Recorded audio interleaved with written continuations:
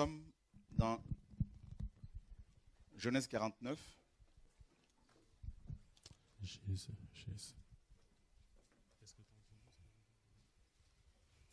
À partir du verset 1er. Puis Jacob appela ses fils et leur dit, assemblez-vous et je vous annoncerai ce qui arrivera dans les derniers jours. Rassemblez-vous et écoutez, fils de Jacob, écoutez Israël, votre père. Donc on a vu que ici le mot dernier vient de l'hébreu akarit, akarit qui signifie dernier dans une succession de choses. Et son équivalent grec c'est eskatos. Et on a vu aussi que l'expression dernier jour, parce qu'il y a akarit qui veut dire dernier et il y a yom qui veut dire jour, année ou encore temps. Donc l'expression dernier jour peut aussi être traduite par dernier temps.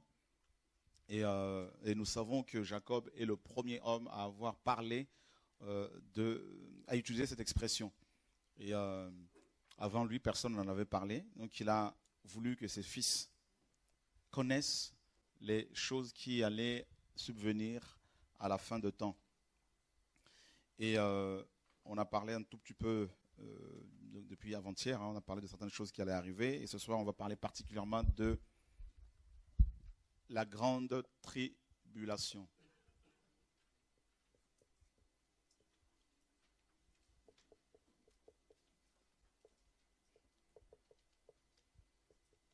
Alors, les tribulations, il y en a plusieurs, on en a toujours, il y a toujours eu des tribulations.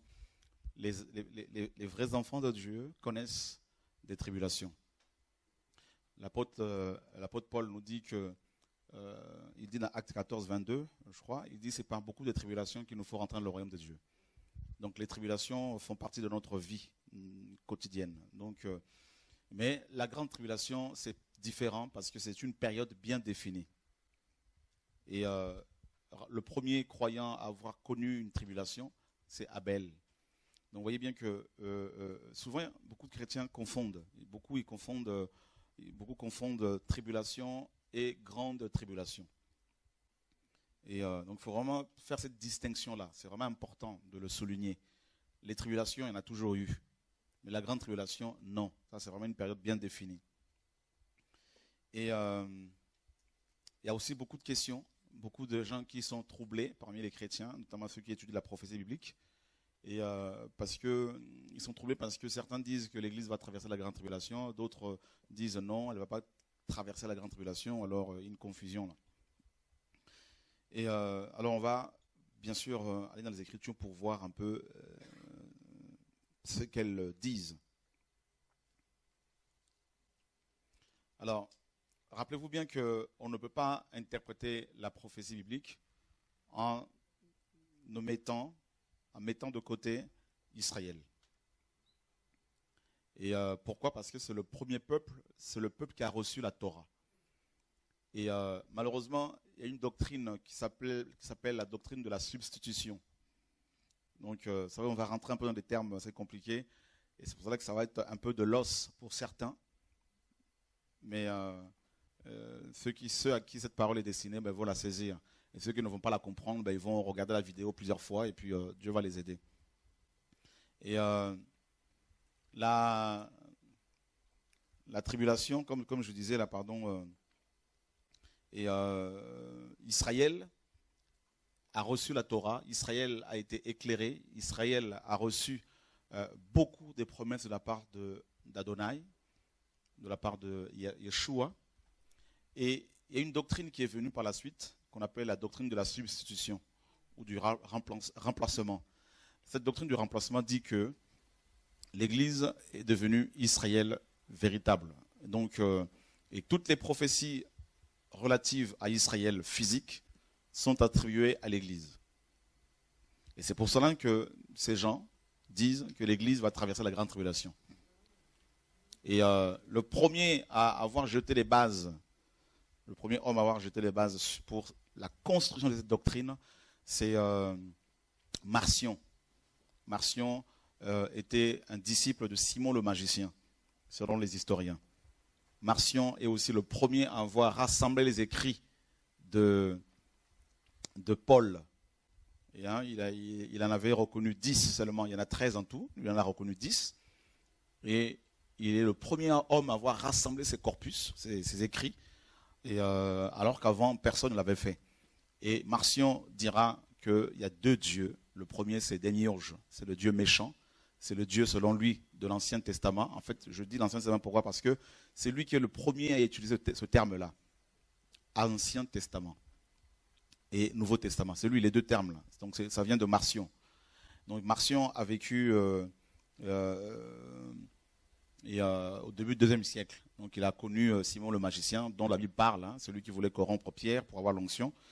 Et donc Marcion dit effectivement, donc Démiurge, qui était une divinité égyptienne, était le dieu méchant. Voilà pourquoi, selon lui, dans l'Ancien Testament, toujours selon ses dires, le dieu de l'Ancien Testament était méchant, il tuait les gens. Et le Dieu bon, c'est le Dieu du Nouveau Testament, selon ses propres dires, qui serait un Dieu bon et plein d'amour. Alors, du coup, comme le peuple juif est le peuple qui a reçu la Torah, également la première loi, l'ancienne alliance, eh bien, du coup, selon lui, ce peuple ne doit pas être écouté parce qu'il prie un Dieu méchant, Démiurge. Donc, il faut le mettre de côté. Donc, il a jeté le fondement de la judéophobie, n'est-ce pas, que manifeste la chrétienté vis-à-vis des Juifs. Et il va être suivi par ce qu'on appelle les pères de l'Église. Il y avait des latins, il y avait des grecs parmi les pères de l'Église qui étaient des sophistes, des gens qui utilisaient la rhétorique, hein, des discours grecs pour séduire, pour épater les gens. Alors, Marcion va être suivi par tous ces gens, les pères de l'Église, pour, avec leurs écrits, confirmer que, effectivement, Israël était remplacé totalement par l'Église, que toutes les prophéties en rapport avec Israël, concernant Israël, étaient attribuées à l'Église.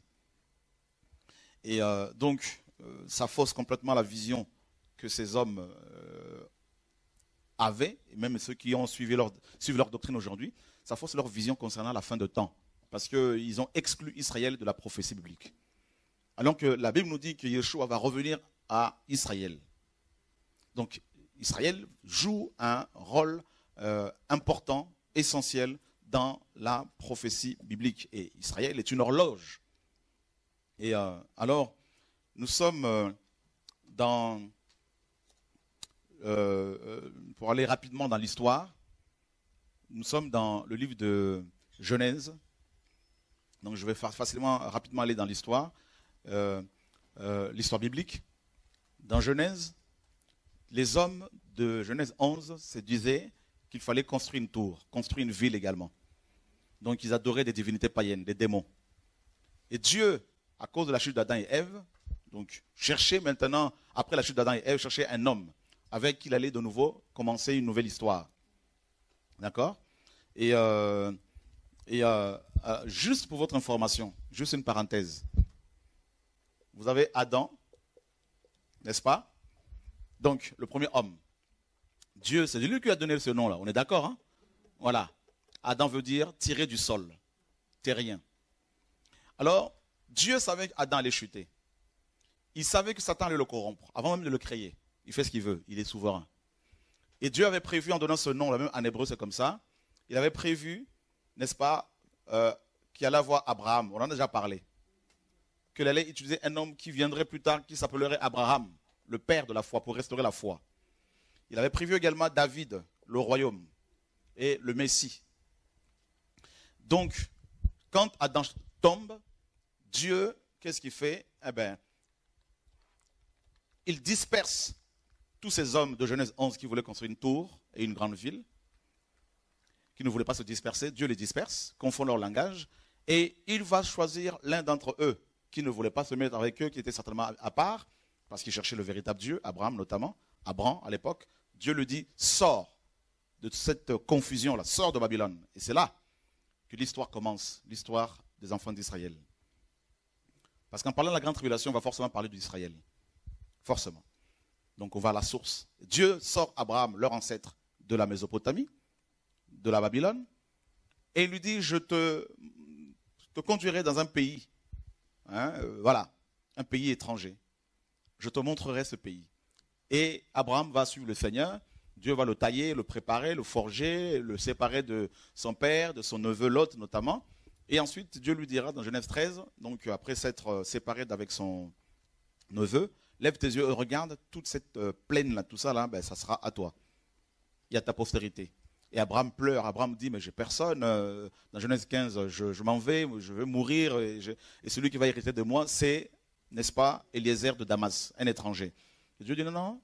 Celui qui va hériter de toi, ce sera celui qui sortira de tes entrailles. Lève tes yeux au ciel, regarde si tu peux compter les étoiles. Et là, bien sûr, les étoiles, c'est l'Église, qui, bien sûr, est céleste. Et il dit, regarde le sable de la mer, si tu peux le compter. Donc là, c'est Israël physique. D'accord? Donc, et il dit, ben, tu auras une postérité. Donc la postérité en question, bien sûr, c'est le Mashiach. C'est Israël, sur le plan historique, et sur le plan prophétique, c'est le Mashiach. Et, effectivement, Dieu lui fait la promesse. À l'âge de 100 ans, il va engendrer Isaac. Isaac avait reçu les promesses. Isaac va engendrer Jacob et Ésaü, son frère.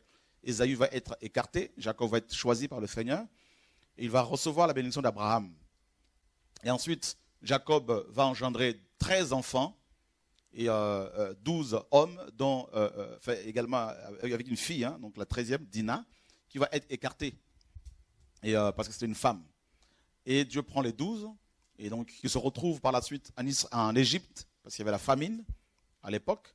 Il se retrouve en Égypte. Joseph était vendu, et puis après, ses frères le rejoignent là-bas avec son père.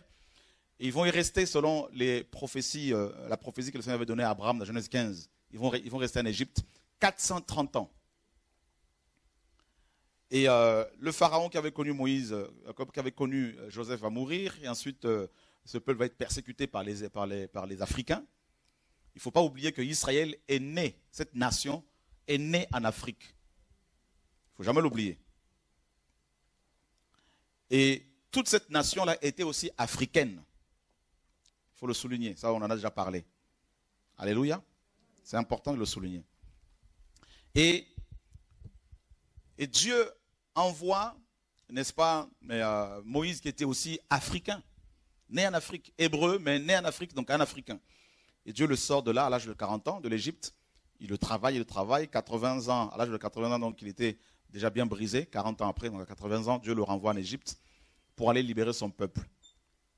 Et il sort de cette nation avec près de 600 hommes de pied, c'est-à-dire des hommes capables de procréer, de combattre, et sans compter les enfants. Donc c'est-à-dire à partir de l'âge de 20 ans précisément. Donc sans compter les femmes, et sachant que beaucoup étaient polygames parmi ces hommes. Donc, ils étaient près de 3 millions de personnes qui sont sorties sous la direction de Moïse.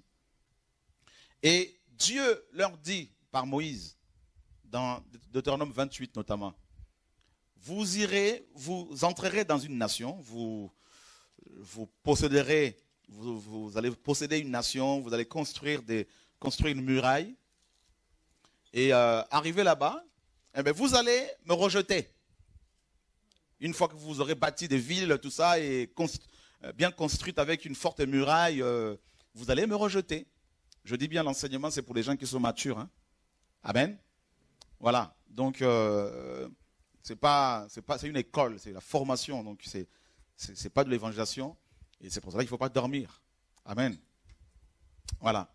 Et nous sommes dans Deutéronome 28, par exemple. Deutéronome 28. Et qu'est-ce que Dieu dit? Regardez bien.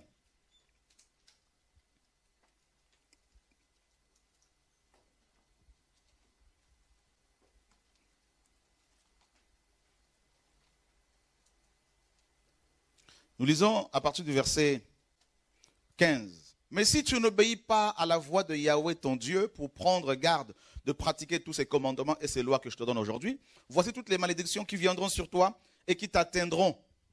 Donc, Dieu dit, parce que si vous ne m'obéissez pas, voilà ce qui va arriver. Verset 30. Tu fianceras une femme, mais un autre homme couchera avec elle et la violera. Tu bâtiras une maison, mais tu ne l'habiteras point. Tu planteras une vigne, mais tu n'en jouiras point. Et continue. Verset 33. Un peuple qui n'aura point connu, que tu n'auras pas connu, mangera le fruit de ta terre et de tout ton travail, et tu seras opprimé et écrasé tous les jours. Et Dieu continue. Au verset 49.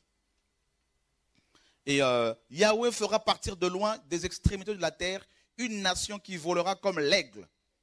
Une nation dont tu ne comprendras pas la langue. Donc ici, il est question de Babylone. D'accord?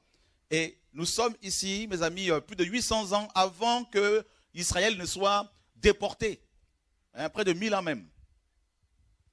1000 ans avant, Dieu est en train de libérer des paroles sur ce peuple par Moïse. Qu'une nation allait venir de loin pour déporter cette nation vers une autre nation. Tu deviendras fou à cause de ce que tu verras de tes yeux. Donc ça c'est le verset 34. Et le verset 51. Elle mangera le fruit de tes troupeaux et le fruit de ta terre jusqu'à ce que tu sois détruit. Elle ne épargnera ni blé, ni vin, ni huile, ni portée de gros et de menu bétail jusqu'à ce qu'elle t'ait fait périr. Regarde le verset 52. Et elle t'assiégera de toutes tes portes jusqu'à ce que tu tombes, jusqu'à ce que tombent ces hautes et fortes murailles dans lesquelles tu auras mis ta confiance dans tout ton pays. Elle t'assiégera, dis-je, dans toutes tes portes, dans tout le pays que Yahweh ton Dieu te donne. Waouh, vous vous rendez compte? Et voilà ce qui va se passer 1000 ans après. Dieu dit, parce que tu ne vas pas m'obéir, et moi, Dieu, j'enverrai une nation qui viendra du nord. Babylone, c'est le nord. Et cette nation va t'assiéger. Et c'est exactement ce qui s'est passé, mes amis. Jérusalem était assiégée pendant 3 ans, 1000 ans après. Au point où personne ne sortait, parce que c'est une ville fortifiée, hein, la vieille ville, avec au moins 9 portes d'entrée. Et toutes les portes étaient donc barricadées. Personne n'entrait, personne n'en sortait parce que la ville était là. Et tout autour, il y avait l'armée chaldéenne, les Babyloniens. Donc, comme les marchands ne pouvaient pas venir avec leurs marchandises pour y vendre, le peuple a résisté pendant 3 ans, mais au bout de 3 ans, plus de nourriture, plus d'eau. Et qu'est-ce qui s'est passé? Des femmes juives, selon Lamentation 4, Lamentation 5, ont commencé à manger leurs propres enfants. Voilà. Et là, qu'est-ce qui va se passer? Avant que cela n'arrive, Dieu envoie des prophètes pour cette nation, pour avertir cette nation, pour l'interpeller. Il y a eu plusieurs prophètes. Il y a eu Élie, il y en a eu plein. Le peuple, une fois qu'il est arrivé à Canaan, le peuple a vu ces belles villes. Alors, ils ont dit, ça y est, on n'a plus besoin de Dieu. Et ils ont adopté les divinités cananéennes. Vous voyez? Comme quoi, quand Dieu nous bénit, c'est là que souvent les gens tombent. Quand on est en galère, quand on n'a rien, on s'accroche. Mais une fois qu'on est marié, fini. Une fois qu'on a des enfants, mais tu sais, si je ne prie plus, c'est parce que j'ai des enfants. Voilà. Donc là, Dieu envoie des prophètes. Tôt le matin, les prophètes venaient, on les lapidait, on les tuait. Et il envoyait plusieurs prophètes. Rien à faire. Dieu leur avait dit qu'il fallait observer le sabbat, notamment la jachère, tous les 7 ans. La terre devait se reposer. Mais le peuple s'est dit non, nous on ne veut pas. Et le peuple avait une dette envers Dieu par rapport au sabbat, une dette de 70 ans. Qui ne le savait pas? Vous voulez qu'on le lise là? Ça vous intéresse tout ça là, l'histoire? Gloire à Dieu. Le Seigneur est magnifique. Hein? Alors, nous sommes dans Chroniques. Seigneur, sauve-nous.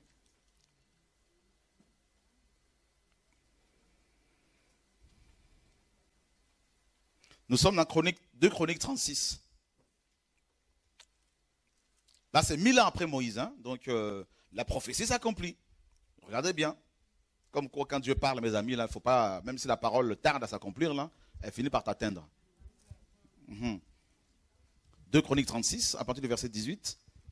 Et notamment, on commence à partir du verset 10. Et l'année suivante, le roi Nebuchadnezzar envoya et le fit amener à Babylone avec les ustensiles précieux de la maison de Yahweh. Et il établit roi sur Juda et Jérusalem Sédécias, son frère. Sédécias était âgé de 21 ans quand il devint roi. Et il y régna 11 ans à Jérusalem. Il fait ce qui est mal aux yeux de Yahweh, son Dieu. Et il ne s'humilia point devant Jérémie le prophète, qui lui parlait de la part de Yahweh. Et même il se rebella contre le roi Nebuchadnezzar, qu'il avait fait prêter serment par le nom de Dieu. Il raidit son cou et il obstina son cœur pour ne point retourner à Yahweh, le Dieu d'Israël. Pareillement, tous les chefs des prêtres et le peuple furent infidèles et continuèrent de plus en plus à pécher, selon toutes les abominations des nations. Et ils souillèrent la maison que Yahweh avait sanctifiée dans Jérusalem. Or, Yahweh, le Dieu de leur père, les avait sommés par ses messagers qu'il envoya de bonne heure, car il voulait épargner son peuple et sa propre demeure. Mais ils se moquèrent des messagers de Dieu. Ils méprisèrent ses paroles, traitèrent ses prophètes de séducteurs. Ah, vous voyez que ce n'est pas nouveau, hein? Quand on dit c'est un imposteur, séducteur, il vous séduit. Hein? Jusqu'à ce que la fureur de Yahweh monta, jusqu'à ce que la fureur de Yahweh monta contre son peuple au point qu'il n'y eut plus de remède. Ah oui, ça c'est fort. Ça c'est fort. C'est pourquoi il fit monter contre eux le roi des Chaldéens qui tua par l'épée leurs jeunes gens dans la maison de leur sanctuaire. Il n'épargna ni le jeune homme, ni la vierge, ni le vieillard, ni l'homme à cheveux blancs. Et il leva tous entre ses mains. Il fit apporter à Babylone tous les ustensiles de la maison de Dieu, grands et petits, les trésors de la maison de Yahweh et les trésors du roi et ceux des chefs, de ce chef. Ils brûlèrent la maison de Dieu, ça c'est terrible, hein? Le temple incendié. Nous sommes en 587-86, on l'a vu hier. Et ils démolirent les murailles de Jérusalem. Vous voyez les murailles dont parle Moïse là-bas, là. Hein? Vous allez vous confier, mettre votre confiance dans vos murailles, là, comme nos pasteurs mettent leur confiance dans leur fédération pour être protégés, n'est-ce pas? Tout ça, là, ça va tomber. Et Dieu continue, dit, ils livrèrent au feu tous ces palais et détruisirent tout ce qu'il y avait comme objet précieux. Puis le roi de Babylone transporta à Babylone le reste qui échappa à l'épée, et ils furent ses esclaves et ceux de ses fils jusqu'à la domination du roi de Perse, afin que la parole de Yahweh prononcée par la bouche de Jérémie soit accomplie, jusqu'à ce que la terre ait pris plaisir à ses sabbats, et durant tous les jours qu'elle demeura dévastée, elle se reposa pour accomplir les 70 années. Waouh! Donc vous comprenez pourquoi il y a eu la captivité de 70 ans. C'est-à-dire Dieu dit, ok, moi je vous dis de respecter le Shabbat de la terre, parce que je veux que la terre se repose. Vous ne voulez pas, vous voulez seulement travailler la terre parce que vous êtes cupide, parce que vous êtes affairiste, parce que vous êtes amoureux de l'argent. D'accord. Eh bien, la terre, je veux la faire reposer par la force. Eh bien, je veux vous déposséder de la terre. Comme ça, elle va se reposer. Alléluia. Vous cultivez de l'engrais chimique, de machin, de choses, tout ça. Vous détruisez la terre, ok. Alors Dieu prend ce peuple, il les chasse de la terre est restée vide. Et Dieu se dit, ok, donc je veux allouer au roi de Babylone 70 ans. C'est-à-dire Dieu dit, ok, donc je donne à Babylone 70 ans. Et je permets que le roi de Babylone, tous ces rois, règnent pendant 70 ans. Donc vous voyez, c'est Dieu qui décide, tel président va régner pendant 5 ans, tel autre 20 ans. Et si la période de la domination du règne, du gouvernement de ce président arrive, même s'il résiste, on l'assassine. C'est comme ça que ça se passe. C'est pour cela Paul dit, toute autorité vient de Dieu. Alléluia. Alléluia, gloire à Dieu. Il mérite les acclamations, notre Père, quand même.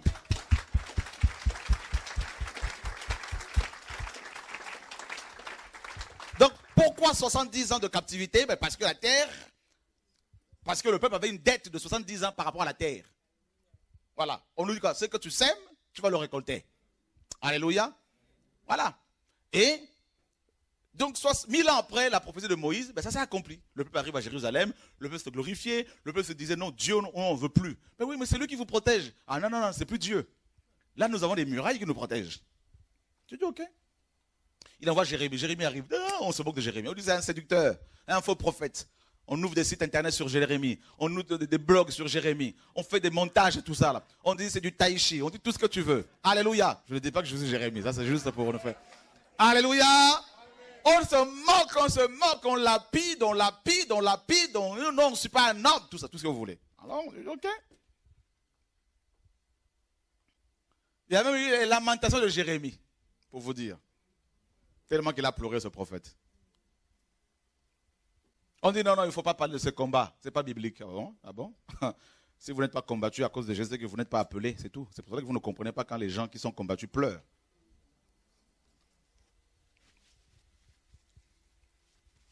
Alors là, qu'est-ce qui se passe? Dieu chasse le peuple. Israël est resté dévasté, c'est Jérusalem. Parce qu'à l'époque, il y avait deux royaumes, vous savez ça. En 722, vous allez me dire, mais qu'est-ce que nous raconte là? C'est l'introduction.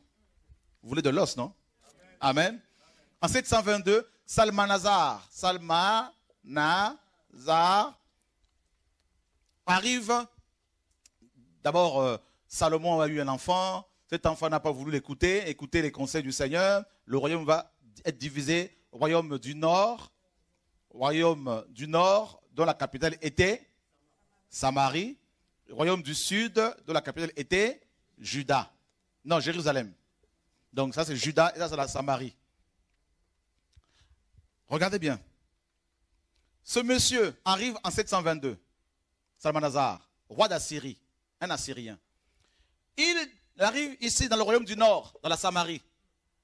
Donc, ça c'est Israël, dont la capitale était là, la Samarie. Ça c'est Juda, dont la capitale était Jérusalem. Donc là, il y avait 10 tribus, et là, il y en avait 2. Avec les Lévites qui avaient suivi cette tribu-là. Parce qu'ici, il y avait le temple.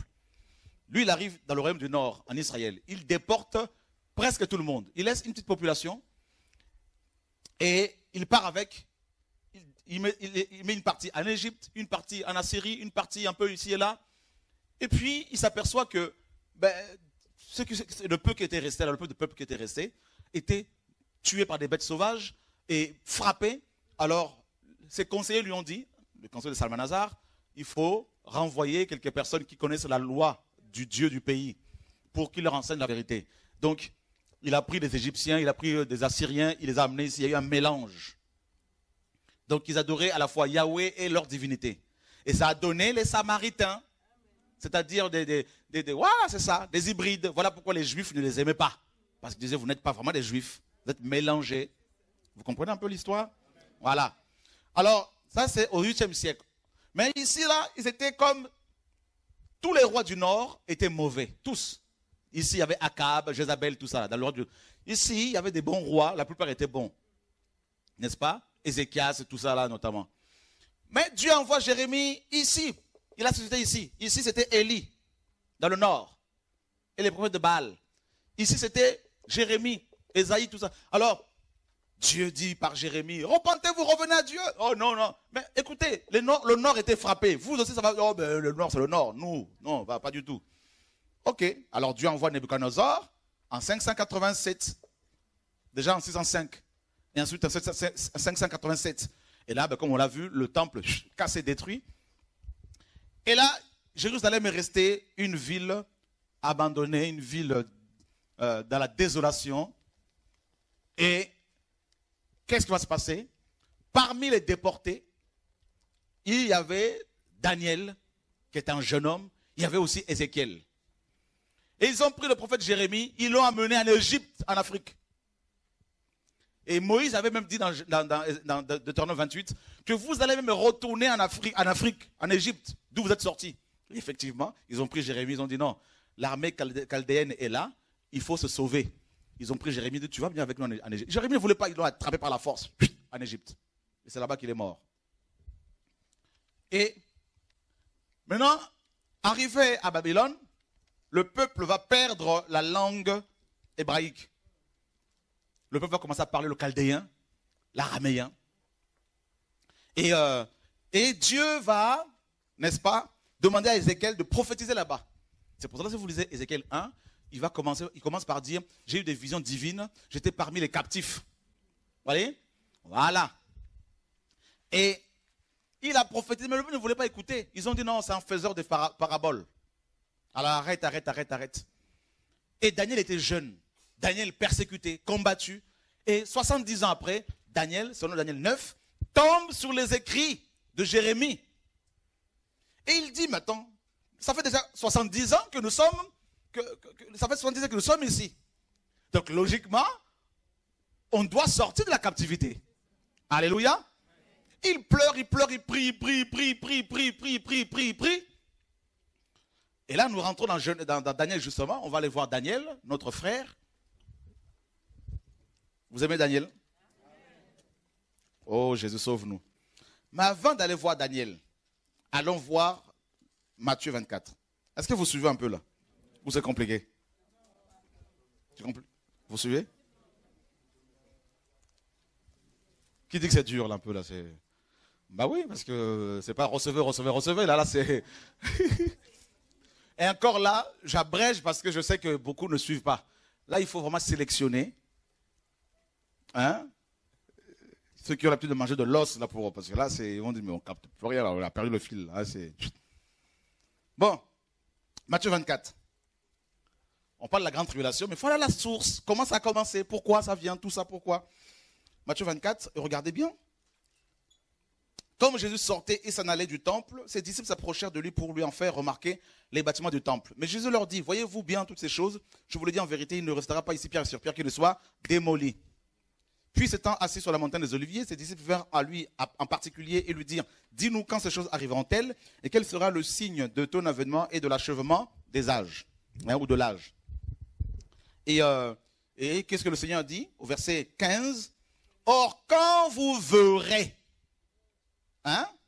Or, quand vous verrez quoi? L'abomination qui causera la désolation qui a été prédite par quel prophète? Le prophète. Être établi dans le lieu saint, que celui qui lit, il fasse attention, que celui qui lit ce prophète. Quand vous verrez l'abomination de la désolation, qui causera la désolation. L'abomination, c'est quoi, à votre avis? L'abomination, littéralement, veut dire chose détestable. D'accord? Ou encore, l'idolâtrie, les idoles. Voilà. Et Dieu dit, Jésus dit, parce qu'on lui pose la question, Seigneur, tu as dit que le temple va être détruit. D'accord. Tu dis que tu vas revenir. Tu vas y avoir des choses terribles. Mais dis-nous, quand ces choses-là vont se produire? Et le Seigneur leur donne un signe, écoutez bien, hein, un signe majeur. Il dit, quand vous verrez l'abomination, c'est-à-dire l'idolâtrie, dont a parlé le prophète Daniel, être établi dans le lieu saint. Il n'y en a pas plusieurs, hein. Ce n'est pas Paris le lieu saint. Ce n'est pas Kinshasa, ce n'est pas la Martinique. Donc c'est bien en Israël. Alléluia. Le lieu saint, c'est l'endroit où le temple était construit, bâti.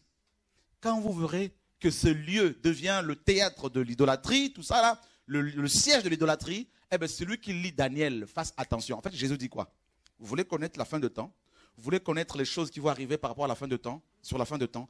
Ben, méditez Daniel. Or, dans nos églises aujourd'hui, on ne lit pas Daniel. Vous voyez ce que je veux dire? Vérifiez bien. Daniel, c'est... Ils lisent quoi? Eh bien, Moïse. Ils vont prêcher Moïse. Ah, mais Élisée a servi Élie. Eh bien, Josué a servi Moïse. Vous allez servir les hommes de Dieu. Mais Jésus donne la clé. Il dit Daniel a la clé. Allez lire Daniel. Pourquoi? Daniel était petit. Daniel a eu des secrets. L'homme à qui Dieu a ouvert l'intelligence.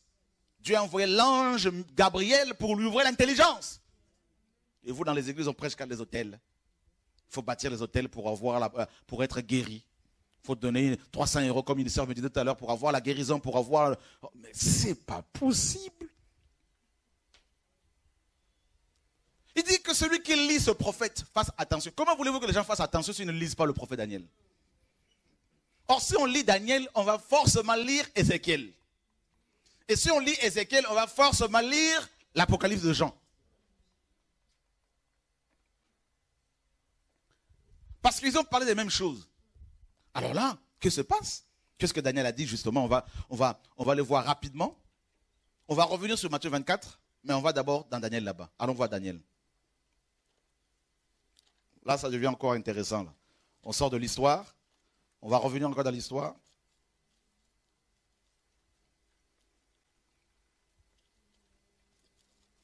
Daniel, chapitre 9.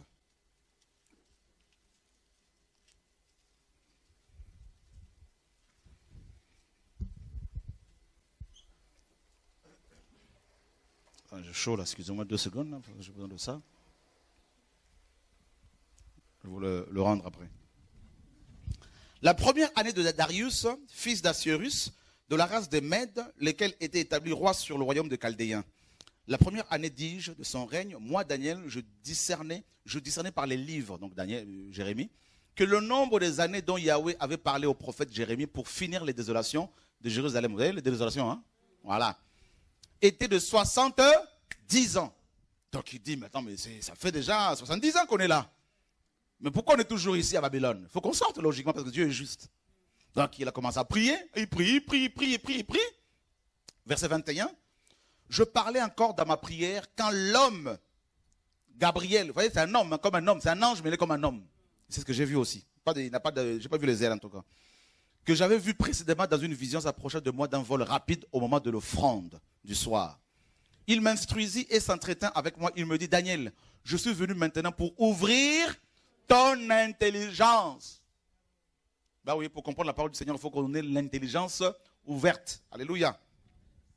La parole est sortie dès le commencement de tes supplications. Et je suis venu pour te la déclarer car tu es un bien-aimé. Sois attentif à la parole et comprends la vision. Il dit quoi?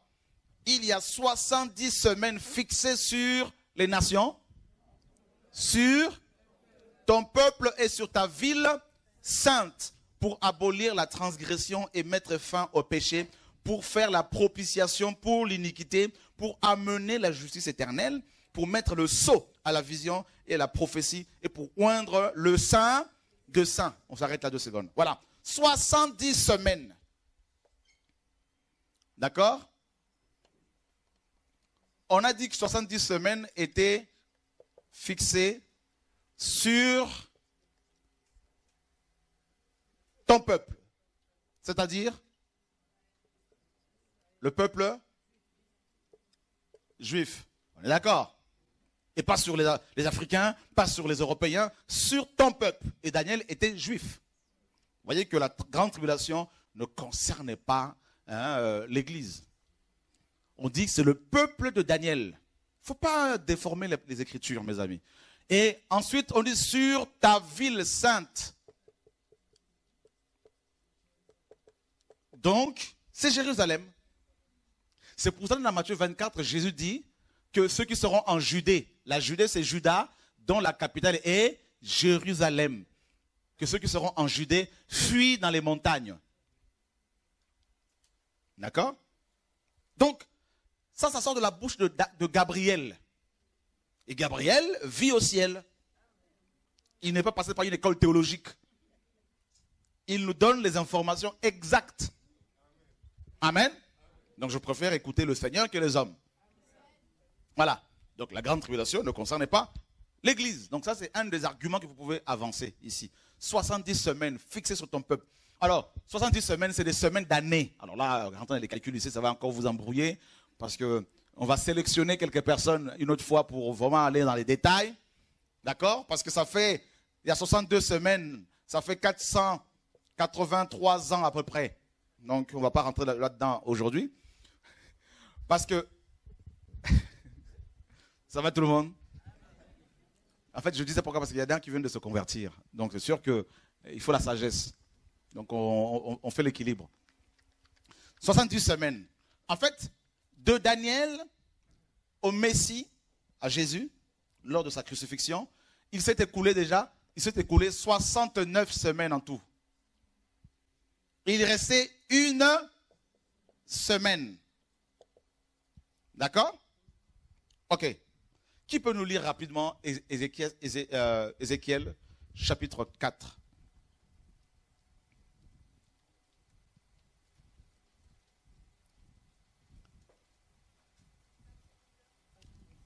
À partir du verset 1er. On va donner le micro, s'il te plaît, parce que les gens suivent chez eux.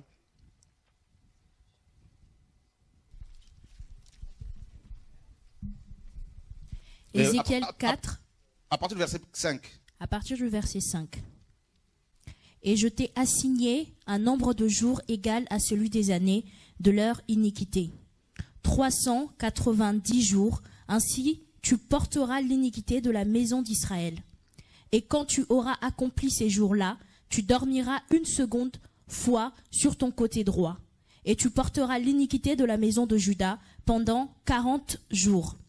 Un jour pour chaque année. Ah, Un jour pour chaque année. Donc, dans la pensée prophétique, une année pour Dieu égale un jour.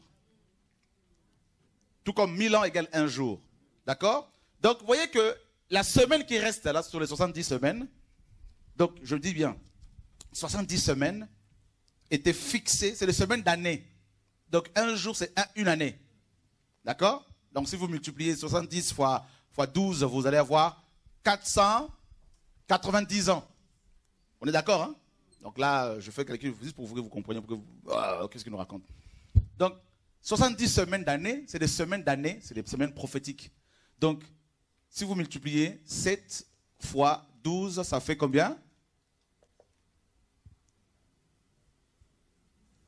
C'est ça, non? 84, voilà, c'est ça. Et c'est exactement, merci. Donc, ça fait en tout 84 ans. D'accord? Et on enlève une semaine. Mise à part. Retirée et mise à part. Et de Daniel à Jésus, il y a 69 semaines qui se sont déjà accomplies, écoulées. D'accord? Donc voilà, pendant lesquelles, pendant ces années-là, il y a eu des accomplissements, des prophéties qui se sont accomplies. Mais il reste une semaine.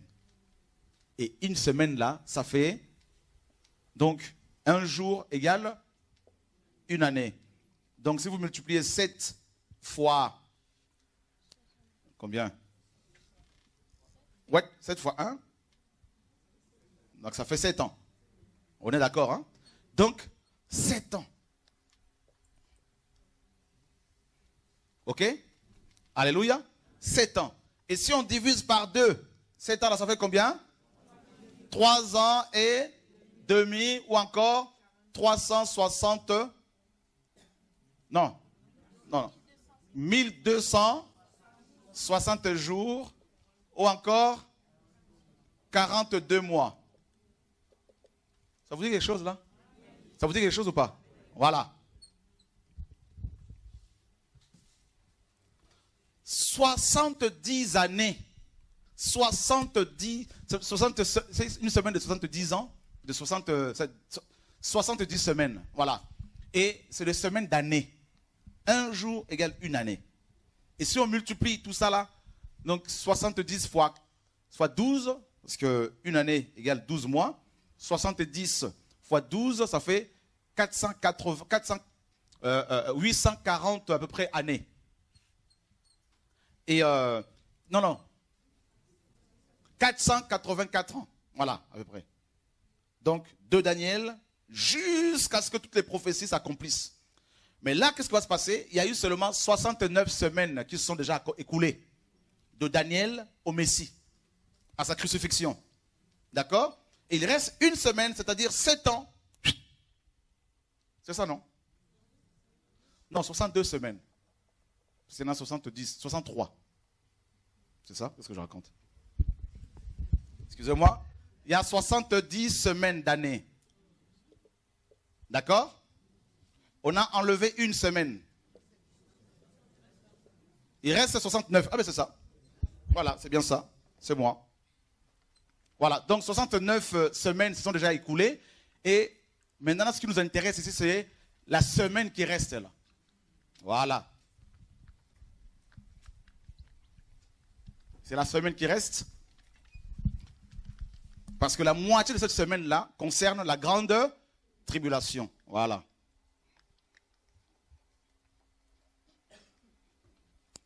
Donc, Daniel voulait connaître le moment exact où Dieu allait libérer son peuple. Et l'ange lui dit, écoute, il y a 70 semaines, de semaines d'années, fixées sur ton peuple. D'accord? 70 semaines. Et c'est énorme. Et sur les 70 semaines, 69 vont s'accomplir de Daniel jusqu'à la crucifixion de Jésus-Christ. Et il va rester une semaine. C'est des semaines d'années, donc 7 ans.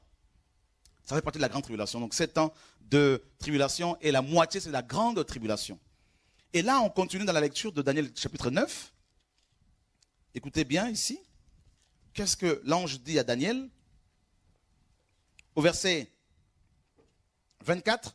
Tu sauras donc et tu comprendras que depuis le moment où la parole a annoncé que Jérusalem sera rebâtie jusqu'au Messie, le conducteur, il y a 7 semaines et 62 semaines. Donc, vous voyez les 69 semaines, hein?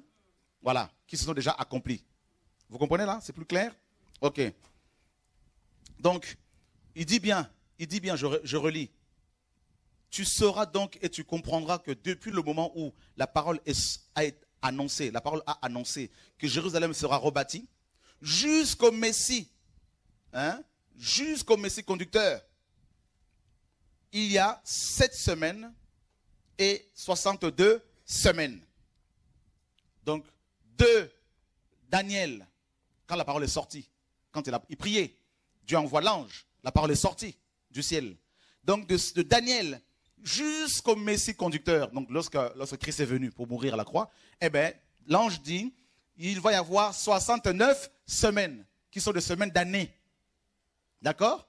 Voilà, ça fait 400 et quelques années à peu près. Et ensuite, on peut même le calculer, hein? 69 fois 7. Ça fait 483 ans. Donc l'ange dit à Daniel, entre toi, Daniel, et le Messie, Jésus, quand il va venir, le Messie, il va s'écouler 483 ans. D'accord? Mais il y a une semaine qui est mise à part. Voilà. Parce qu'au total, c'est 70 semaines d'années. Donc 483 ans vont s'écouler. Et effectivement, de Daniel jusqu'à Jésus, il y a eu effectivement à peu près 400 et quelques années qui se sont écoulées. Et là, le Messie vient. D'accord? Voilà. Et l'ange continue. L'ange dit quoi? L'ange dit, Gabriel, il dit, et les places et les brèches seront rebâties, mais en des temps d'angoisse. Et c'est exactement ce qui s'est passé. Ok? Alléluia. Et après ces 62 semaines, le Messie sera retranché. Et il est mort et il est monté au ciel. Vous suivez, c'est bon? Ok. Il continue. Mais non pas pour lui. Le peuple du chef qui viendra détruira la ville et le sanctuaire. Et là, c'est Titus. Et les Romains. Le chef d'un peuple, c'est le général Titus, fils de l'empereur romain Vespasien. Il a été envoyé par son père, l'empereur romain, César. Hein? Donc César, Vespasien, il apprend que en Juda, à Jérusalem, il y avait des troubles. Pourquoi? Là, nous sommes en l'an 66 après Jésus-Christ. Là, Christ est venu, il est retranché. En l'an 66 après Jésus, un grec qui vivait à Jérusalem va sacrifier dans une synagogue un oiseau impur. Ça va provoquer la colère des zélotes. Les zélotes étaient des nationalistes qui voulaient se servir des armes pour chasser l'occupant, c'est-à-dire les Romains, qui gouvernaient la Judée. Ils avaient même établi un procureur du nom de Pilate. Oh Seigneur. Ça va tout le monde, vous êtes sûr? Vous essayez de suivre, hein? Comment? C'est de l'os, ben oui. Ben oui. Je vous disais que là, c'est pas hier ça allait, avant-hier ça allait. Mais là, c'est pas le machin, tout ça là. Là, c'est on creuse, on se gratte la tête. Et encore, je vous épargne beaucoup de choses. J'ai des calculs, j'épargne des dates.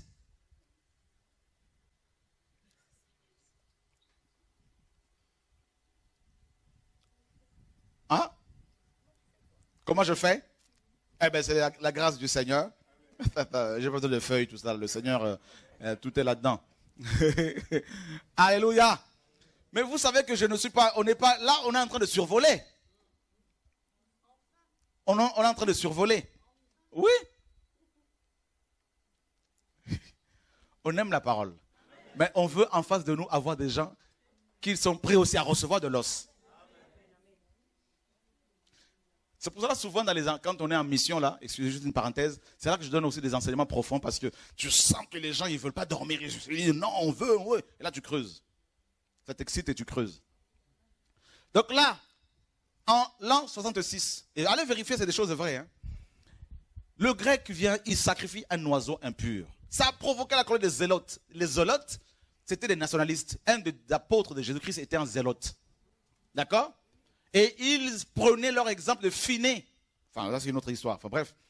Alors, ça a provoqué la colère des zélotes. Ils se sont dit, quoi? Un grec qui vient souiller la synagogue, là, nous prions, là, dans notre synagogue, il vient, il rentre, il souille la maison de Dieu. Ah ben, ça a provoqué des révoltes. Ça a duré 4 ans de révolte contre les Romains maintenant. Donc, ils ont profité de cette situation, les zélotes, pour demander le départ des Romains. Alors, l'empereur romain Vespasien entend cela. Il dit, non, il faut que j'envoie mon fils Titus, qui était général à l'époque, qui deviendra empereur plus tard, à la mort de son père. Il l'envoie pour mater la rébellion. Titus arrive à Jérusalem avec une grande armée de soldats romains et les Juifs se sont barricadés dans le temple, dans d'autres endroits pour chasser les Romains, tout ça, là, c'était terrible. Et là, un soldat romain par mégarde prend sa torche et il l'a fait tomber sur le rideau du temple. Jésus avait dit aux apôtres, voyez-vous tous ces bâtiments-là du temple, il ne restera pas ici pierre sur pierre qui ne soit démoli. C'est-à-dire, on va démolir le temple pierre par pierre. Et qu'est-ce qui s'est passé? Sur la façade du temple de Jérusalem, Hérode avait mis 46 ans pour l'embellir, afin de se faire aimer par les Juifs. Il avait mis de l'or sur la façade du temple. Et quand le soleil se levait, le soleil frappait sur la façade du temple, il y avait de la lumière, c'était un de 7 merveilles du monde. Et tout le monde admirait ce lieu. Et quand Jésus annonce la destruction par pierre par pierre, par les gens, par le chef d'un peuple qui viendra à Jérusalem, les apôtres étaient choqués, ils voulaient connaître justement la date de cette démolition. Et là, la torche brûle, le rideau, oh, le feu prend dans tout le temple. Et comme il y avait de l'or, l'or a commencé à couler, à fondre, à couler. Et les Romains maintenant, les soldats, pour récupérer l'or, qu'est-ce qu'ils ont fait? Eh bien, ils ont commencé à démolir pierre par pierre. Pour récupérer l'or, qui rentrait dans les fentes, dans les... Vous voyez, ils ont démoli parce que c'était la bagarre. Parce qu'il fallait retrouver, il y avait beaucoup d'or. Jésus a prophétisé, et ça s'est accompli littéralement. On acclame Jésus-Christ de Nazareth, mes amis. Il mérite la gloire, notre Dieu. Toute la gloire. Alléluia. Gloire à Dieu. Et là, le temple est détruit. Titus ne voulait pas le détruire. Et du coup, le Seigneur avait dit quoi? Les Juifs allaient se disperser dans le monde entier. Il y a même une prophétie, parce que je vous épargne vraiment de certaines parties de l'os. Le Seigneur avait prophétisé par le prophète Amos que le peuple allait rester sans temple, sans éphod, sans roi. Et ça s'est accompli littéralement. Et à partir de l'an 70, le temple a brûlé en l'an 70. Donc 4 ans après la révolte. Et les Juifs se sont retrouvés du coup dans le monde entier. C'est pour ça que vous avez des Juifs noirs, des Juifs chinois, arabes, tout ça, partout. C'est à cause de ça.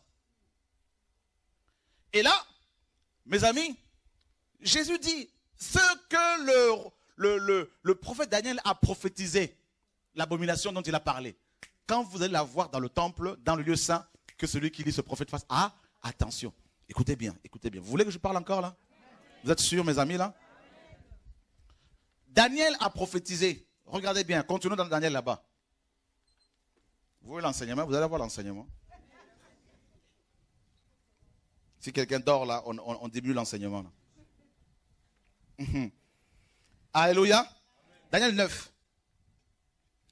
Verset 26. Et après ces 62 semaines, le Messie sera retranché, donc mort et ressuscité, mais non pour lui. Le peuple du chef qui viendra détruira la ville et le sanctuaire, et c'est Titus. Et ça c'est une partie, donc une autre partie va s'accomplir dans notre génération. Là. Et sa fin arrivera comme par une inondation. Il est déterminé que les dévastations dureront jusqu'à jusqu'à la fin de la guerre. Donc il y a une guerre effectivement. Ça, après, il y a une autre guerre qui arrive, comme vous le savez. Et il confirmera l'alliance à plusieurs pour une... On acclame le Seigneur. Pour une semaine, donc la semaine de la tribulation. Est-ce que vous comprenez? Le chef d'un peuple qui viendra, dans le passé c'était Titus, mais actuellement c'est l'Antichrist. Voilà. L'Antichrist viendra et il va confirmer l'alliance avec les Juifs, c'est-à-dire l'alliance de Moïse. Il va leur dire, moi je viens, je veux rétablir cette alliance-là, dans laquelle vous croyez. Hein. Donc je veux la confirmer, que je veux vous aider à la respecter. D'accord? Voilà, pour 7 ans. Et les Juifs vont croire que ce monsieur a dit la vérité, qu'il veut leur bonheur. Et le Seigneur dit dans Jean 5, Jean 6, 43, je suis venu au nom de mon Père, vous ne m'avez pas reçu. Mais quelqu'un d'autre viendra en son nom, vous le recevrez. Quelqu'un d'autre en son propre nom, c'est l'Antichrist. Donc il sera juif. Voyez? Voilà. Il peut être noir, il peut être chinois, parce qu'aujourd'hui, être juif, mes amis, c'est les nations. Hein. Dieu avait dit à Abraham, toutes les nations. Voilà, c'est ça, c'est arrivé. C'est arrivé. Et il confirmera l'alliance pour une semaine. Donc, c'est les 7 ans du règne de l'Antichrist. Voilà. Il va venir. Il va se faire passer pour quelqu'un de correct, de gentil. Et les Juifs vont l'accepter. Il va confirmer l'alliance mosaïque avec eux. Et l'ange dit pour une semaine, 7 ans. Et il dit, et à la moitié de cette semaine, il fera cesser le sacrifice et l'offrande. Puis par le moyen des ailes abominables qui causeront la désolation, même jusqu'à une consomption déterminée, la désolation fondra sur le désolé. Donc là, qu'est-ce qui se passe concrètement? Il conclut une alliance. Il confirme l'alliance qui existe déjà. L'alliance mosaïque, la loi mosaïque. C'est-à-dire les sacrifices dans le temple. Vous comprenez? Les sacrifices, tout ça, les offrandes, tout ça, comme sous Moïse, pour 7 ans. Et les 3 premières années de cette alliance, il va paraître comme un monsieur pacificateur, pacifique, comme un gentil, et tout le monde va croire que c'est vraiment l'homme qui va restaurer le monde et tout ça. Et 3 ans et demi après, il va maintenant, qu'est-ce qui va se passer? Il va s'asseoir là-dedans. Il va dire maintenant, c'est moi qu'il faut adorer. Ah oui, c'est pour ça qu'on parle de l'abomination. L'abomination, c'est l'idolâtrie. Et Paul nous dit dans 2 Thessaloniciens chapitre 2, il va jusqu'à s'asseoir dans le temple de Dieu, se proclamant lui-même être Dieu. Ben oui. Et pourquoi? Parce que Satan voulait se faire adorer au ciel. Il a été chassé de là. Mais son ambition est toujours là. Et autre chose. Daniel a parlé aussi d'un homme, Antiochus. Épiphane. Qui signifie Dieu manifesté. C'était un roi, n'est-ce pas? Un roi, on va dire grec. Un roi séleucide. Hein, c'est-à-dire, c'était un royaume des Séleucides. Les Séleucides. Donc c'était un empire, un royaume. Vous savez, l'empereur, vous avez entendu parler d'Alexandre le Grand? Alexandre le Grand, vous vous rappelez, non? Il était le roi de quel pays? Gréco-macédonien. Amen. Il meurt, son royaume va être divisé en 4 royaumes.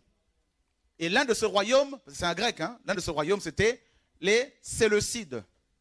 Et leur roi, un de leurs rois, c'était Épiphane IV.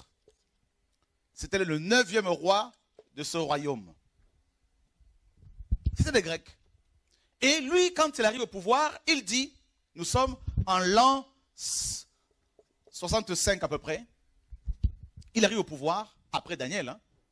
Lui, qu'est-ce qu'il va dire, Antiochus? Il dit, moi, je veux forcer les Juifs à s'helléniser. Vous allez me dire, mais qu'est-ce que nous raconte là? Je prends des termes. L'hellénisation. Qui a déjà entendu parler de ça? Helléniste. Et d'ailleurs, dans Acte 6, on en parle. Ah oui. C'est-à-dire, imposer la culture grecque aux Juifs. Et c'est quoi la culture grecque? Plus de circoncision. C'est quoi la culture grecque? L'idolâtrie, parce que le culte de la personnalité. Vous avez vu les divinités grecques avec leurs images? Ben c'est ça, les Grecs aimaient ça. Voilà. Et là, il arrive à Jérusalem.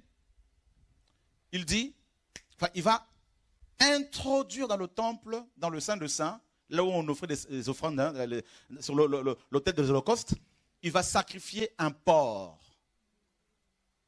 Il va sacrifier aussi des porcs à son dieu. Lequel? Baal-Shimen. Baal-Shimen. C'est le dieu Baal. Et il va établir dans le temple la statue, n'est-ce pas, de Jupiter olympien. De Jupiter, le dieu le plus puissant, le père des dieux. Jupiter ou Zeus. Dans le temple. Donc c'est ça l'abomination de la désolation. Et Jésus dit aux apôtres, ce qui s'est passé à cette époque-là, Daniel en avait parlé déjà, c'est arrivé, il dit ça va se répéter. Et c'est exactement ce qui se passe présentement, d'abord dans la plupart de nos églises. Satan y est assis. C'est pour cela qu'on vous enseigne des doctrines étrangères, donnez la dîme, vous serez bénis, construisez des hôtels, vous allez être bénis, suivez l'homme de Dieu, allez chez la femme de Dieu, faites à manger, faites la vaisselle, vous allez être bénis, faites partie d'une fédération des pasteurs, portez costume et cravate ou collet clérical, faites partie d'une fédération, d'une pastorale, tout ça là. Confusion sur confusion. Le syncrétisme, le mélange, tout ça, il n'y a plus rien. Donc Satan est déjà dans la plupart de nos assemblées, comme vous le savez. Mais il faut un temple dans lequel il va véritablement se manifester. Je veux dire, par le biais de son fils unique, la postérité du serpent, l'homme impie. Et là, mes amis, pour votre information, il y a un mouvement qui existe en Israël qu'on appelle le mouvement du temple. C'est des juifs qui ont déjà tout planifié, ils ont déjà toutes les maquettes, tout ça, ils ont tous les vêtements des souverains, du grand prêtre, ils ont déjà tous les vêtements des prêtres, tout. Et ils attendent simplement que l'occasion leur soit accordée pour reconstruire le troisième temple en un temps suffisamment record. Je pense que ça sera à moins de 6 mois. Tac, ils vont ériger ça. Ça va très très vite. Voilà. Moins d'1 an. Et ils n'attendent que ça. Tout est déjà prêt. Tout. J'ai fait des recherches là-dessus. Tout est, parce que j'ai les images, je ne peux pas vous les montrer ici, mais tout est prêt. Et Jésus dit que la grande tribulation, justement, va débuter à la moitié de 7 ans. Vous comprenez un peu? C'est là que l'Antichrist viendra, 7 ans après avoir confirmé l'alliance avec les Juifs. Il viendra et il dira, écoutez, hier c'était Zeus olympien qui était établi dans le temple par Antiochus Épiphane, mais Zeus olympien, en fait, c'est moi. Le Dieu Tout-Puissant, c'est moi, selon lui. Alors, adorez-moi. Et Paul dit, pour ce qui concerne notre réunion avec le Seigneur, pour ce qui concerne l'avènement du Seigneur et notre rassemblement auprès de lui, nous vous prions, frères, de ne pas vous laisser facilement ébranler dans votre bon sens, ni dans votre esprit, comme si le jour du Seigneur était déjà là. Il dit, car il faut que l'apostasie soit arrivée auparavant, et qu'on ait vu paraître l'homme du péché, celui qui s'oppose à Dieu, le fils de la perdition. Il va jusqu'à s'asseoir dans le temple de Dieu, se proclamer le même Dieu. Ne vous souvenez-vous pas que je vous disais ces choses lorsque j'étais encore avec vous? Et vous savez ce qui le retient, afin qu'il ne paraisse qu'en son temps. Et ce qui le retient, c'est la puissance de l'Esprit qui agit au travers de l'Église. Alléluia. Et Paul dit, et quand celui qui le retient, et ceux qui le retient, parce qu'il y a celui et ceux, celui c'est la puissance, ceux c'est la puissance, celui c'est le corps de Christ. Et quand le corps ne sera plus sur le chemin pour lui barrer la route, C'est ainsi que l'impie se manifestera. Alléluia. Et là, mes amis, le monde le verra tel qu'il est. Le verset 2 Thessaloniciens 2, 1 à 9.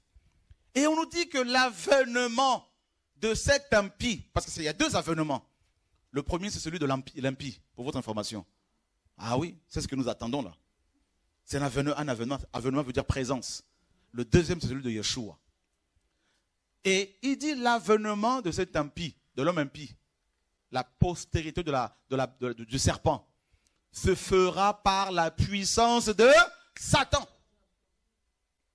Avec toutes sortes de miracles mensongers pour ceux qui n'ont pas reçu l'amour de la vérité. Pour être sauvés. Et donc c'est Satan, selon Apocalypse 13, qui va donner à la bête. Donc la bête, c'est l'homme impie. La bête, c'est l'image d'Antiochus Épiphane. Lui, c'est l'image de l'Antichrist, ce monsieur-là. C'est Satan qui lui donne son trône, qui lui donne son pouvoir, et il va venir, et dans un premier temps, il va se faire passer pour quelqu'un de gentil. On va l'acclamer, on va l'adorer. Et après, 7 ans, 3 ans après, 3 ans et demi après, là, il dit non, non, adorez-moi, c'est moi.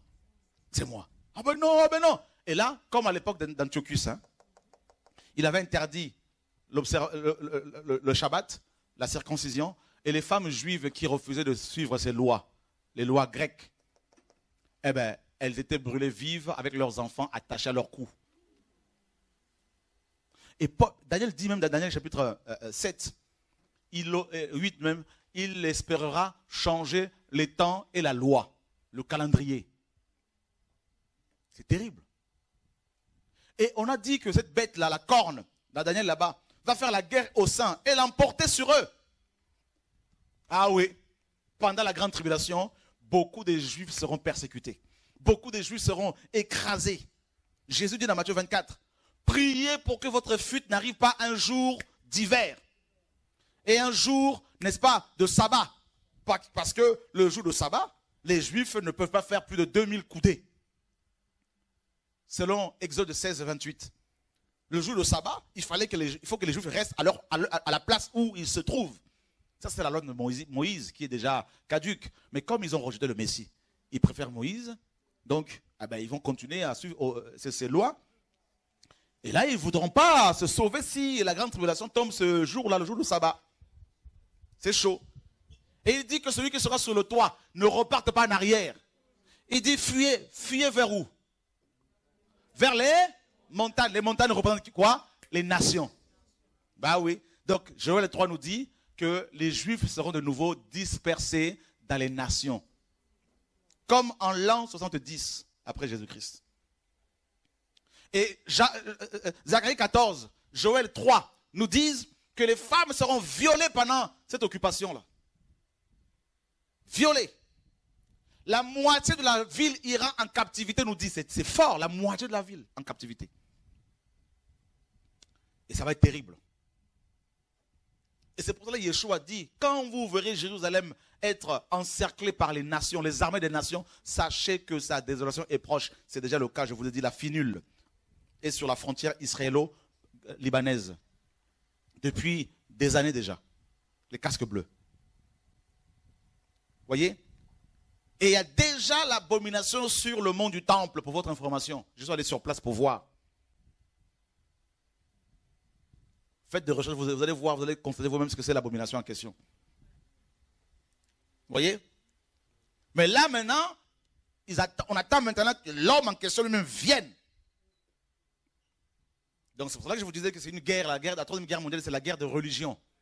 Parce que ce lieu-là, le lieu saint, est disputé par 3 religions monothéistes, soi-disant. Alors que c'est des religions, c'est polythéistes. Parce que les chrétiens, la chrétienté actuelle croit que Dieu est 3 personnes en une personne. 3 en 1, comme le produit de lave-vaisselle, là, tout ça. Là. Alléluia. Et quand on vient prêcher le vrai Dieu, le Dieu unique, on dit non, non, séducteur. Seigneur, sauve-nous. Est-ce que vous comprenez les choses? Et c'est pour cela que Dieu dit, écoutez bien, mes amis, l'abomination de la désolation va être dans ce lieu. Et Satan va prendre place dans ce temple. Il va interdire les sacrifices d'animaux. Et il va dire, c'est moi maintenant qu'il faut adorer. C'est moi. Et comme à l'époque d'Antiochus, il y avait des Maccabées. Les Maccabées, c'était 7 frères qui s'étaient levés contre ce monsieur. Ils ont réussi à repousser les occupants, donc les Grecs. Et ce monsieur, quand il apprend que les Maccabées s'étaient levés contre son armée, il va prendre son cheval avec d'autres soldats pour aller à Jérusalem. Et il tombe de son cheval et il meurt comme ça. Dieu l'a foudroyé. Et le temple va être purifié à l'époque. Et d'où la fête de la dédicace que vous lisez dans les évangiles. D'accord? Voilà. Alors, qu'est-ce qui va se passer concrètement? Les Juifs vont se révolter, vont dire non, là l'église n'est plus là. L'église est partie parce que l'église, c'est elle qui freine l'impie. Ben oui. Jésus dit que ceux qui seront en Judée fuient. Il n'a pas dit ceux qui seront à Paris. Donc vous voyez, la grande tribulation concerne les Judéens. Alléluia. Voilà. Fuis dans les montagnes, dans les nations. C'est là qu'il va y avoir un semblant de repos pour se cacher un peu. Mais malgré cela, l'homme impie va aussi persécuter les chrétiens. Ben oui, forcément. D'ailleurs, on l'a vu. Regardez, dans Apocalypse 12. Ça vous intéresse tout ça là? Vous n'êtes pas fatigué? Vous aimez vraiment la parole. Verset 13. Quand le dragon vit qu'il avait été précipité sur la terre, il persécuta qui? La femme qui avait enfanté le fils. Donc c'est Israël. Jésus-Christ, homme, est né en Israël. Mais 2 ailes d'un grand aigle furent données à la femme afin qu'elle s'envole de devant le serpent au désert où elle est nourrie un temps de temps et la moitié d'un temps. Voilà, c'est la grande tribulation. Un temps de temps et la moitié d'un temps. Et qu'est-ce qu'on apprend également dans Apocalypse 11? Regardez bien. Verset 3. Mais je donnerai à mes 2 témoins de prophétiser pendant 1260 jours, revêtus de sac. Ah ben ces 2 témoins, eh ben, ils vont prophétiser pendant 3 ans et demi. Donc pendant la grande tribulation, pendant que le monde entier va découvrir le visage de l'homme impie, eh ben, 2 prophètes majeurs vont parler. Ils auront le pouvoir qu'avaient Élie et Moïse. Mais il ne faut pas dire que c'est Élie et Moïse. Ils vont prêcher l'évangile. Ils vont prêcher l'évangile. Ils vont prêcher l'évangile. Et beaucoup de Juifs vont se convertir. Beaucoup de nations aussi vont se tourner vers le Seigneur. Ils vont annoncer l'évangile, mes amis. Ils vont prêcher Jésus de Nazareth. Mais nous, entre-temps, là, on n'est plus là, frère. Nous sommes dans le repos céleste. Alléluia, gloire à Dieu. Oh, alléluia. On acclame le Seigneur, mes amis, là. Ouh, alléluia, gloire à Dieu, Seigneur. Merci pour ta parole, papa. Alléluia. C'est pour cela qu'il faut croire en Jésus maintenant, frères et sœurs. C'est pour cela qu'il faut le servir maintenant et non demain. C'est aujourd'hui le jour du salut. Alléluia. Quelle que soit la persécution, il ne faut pas baisser les bras, frères et sœurs. Nous ne sommes pas de ceux qui se retirent pour se perdre, mais de ceux qui ont la foi pour sauver leur âme. Au nom de Yeshua. Jesus Christ. Oh, alléluia. Nous sommes ces ouvriers de la dernière saison. Nous avons la grâce que les autres n'avaient pas. C'est que nous prêchons, nous annonçons Christ la veille, juste la veille de son retour, frères et sœurs, pour chercher l'ecclésia. Voilà pourquoi, frères et sœurs, on doit dire non au sexe. Au nom de Jésus. C'est possible. C'est possible. Alléluia. Voilà pourquoi Dieu déverse sa puissance véritable sur ses enfants pour se lever et proclamer Jésus. Voilà pourquoi il y a une conjugaison des talents des vrais enfants de Dieu. Ils ne sont plus là pour s'accrocher aux dires des hommes. Ils ne s'arrêtent plus aux critiques. Frères et sœurs, ils ont compris leur mission. Ils doivent préparer le chemin du Mashiach. C'est ça. Préparer son chemin, nous disent les Écritures, frères et sœurs. Jesus Christ. Oh, alléluia. Voyez mes amis, nous sommes ce peuple-là que Dieu prépare, l'église véritable. Alléluia, que Dieu sanctifie dans les coulisses, là, il prépare, il sanctifie, frères et sœurs. Donc les 2 témoins vont prophétiser, vont annoncer l'évangile et on va les tuer. La bête nous dit, la bête va les tuer. Selon Apocalypse 11, donc l'homme impie. Et dans Apocalypse 13, on nous dit que toute la terre va suivre la bête. Les rois, l'église apostate, tout ça, les faux pasteurs. En fait, regardez bien, pourquoi il y a autant de problèmes dans les églises? C'est normal parce que ils ont fait allégeance, ces pasteurs, à la bête, à son système. Vous comprenez? Avant que la bête ne soit révélée aux hommes, il faut que son système soit déjà présent. Et c'est le cas depuis des années. Depuis. C'est le 4e animal de Daniel 7. La Rome impériale qui est restaurée. Vous voyez? Mais il n'y a pas que la Rome impériale. Il y a aussi les 3 autres bêtes. En fait, c'est un mélange, parce que Babylone, c'est le mélange. C'est la confusion par le mélange. Donc, on y trouve dans ce royaume impie actuel, qui englobe la terre entière, hein, on y trouve toutes les caractéristiques des 4 premiers empires. On y trouve l'esprit, babylonien, donc le lion. On y trouve l'esprit des Mèdes et des Perses, l'ours, l'Iran notamment, donc une grande partie du Moyen-Orient. On y trouve l'esprit, n'est-ce pas, du léopard, la Grèce, avec les jeux, avec le cinéma, tout ça là. Donc on y trouve l'esprit romain, la force par les armes, tout ça mélangé, ça donne Babylone, une bête extraordinairement forte, qui foule tout, qui remplit la terre entière comme les Écritures nous le disent. Et cette bête, mes amis, qui est insolente, qui va maudire Dieu, blasphémer contre Dieu et contre le tabernacle, contre ceux qui habitent dans le ciel. Et c'est exactement ce qui se passe présentement. Tout est déjà mis en place avec les églises babyloniennes, avec la religion de ce monde, toutes les religions mélangées, assemblées, tout ça. Et tout est déjà organisé.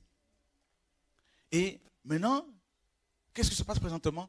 Eh bien, Dieu est en train de séparer, comme on vous l'a dit, son peuple. Dieu procède à une séparation nette et claire dans les cœurs de son peuple vis-à-vis du péché. Son peuple n'accepte plus le mélange. Son peuple n'accepte plus d'être manipulé par les hommes. Son peuple voit clairement les choses.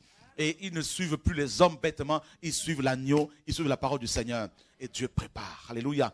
Et là, pour finir, la bête, quand cet homme, l'homme impie, va se rendre compte que les Juifs refusent son alliance, refusent de l'adorer, alors là, il va rentrer en colère. Il va rassembler ses armées. D'accord? Gog et Magog. Ézéchiel 38 et 39. C'est-à-dire la Russie, la Chine, et les nations arabes, et bien sûr, les États-Unis, tous, ils vont être tous ensemble. Tous. Parce que présentement, les États-Unis soutiennent un tout petit peu Israël, mais les Écritures nous disent que toutes les nations vont attaquer Jérusalem. Regardez bien. Michée 4.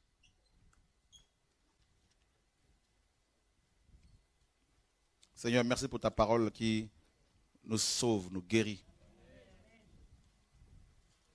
Michée chapitre 4. J'aime beaucoup le prophète Michée. Regardez au verset 11. Maintenant, plusieurs nations se sont rassemblées contre toi et disent qu'elles soient profanées et que notre œil voit en Sion ce qu'il y voudra voir. Mais elles ne connaissent pas les pensées de Yahweh et ne comprennent pas ses desseins, car il les a rassemblées comme des gerbes dans l'air. Lève-toi et foule, fille de Sion, car je te ferai des cornes de fer et je te mettrai des ongles d'airain.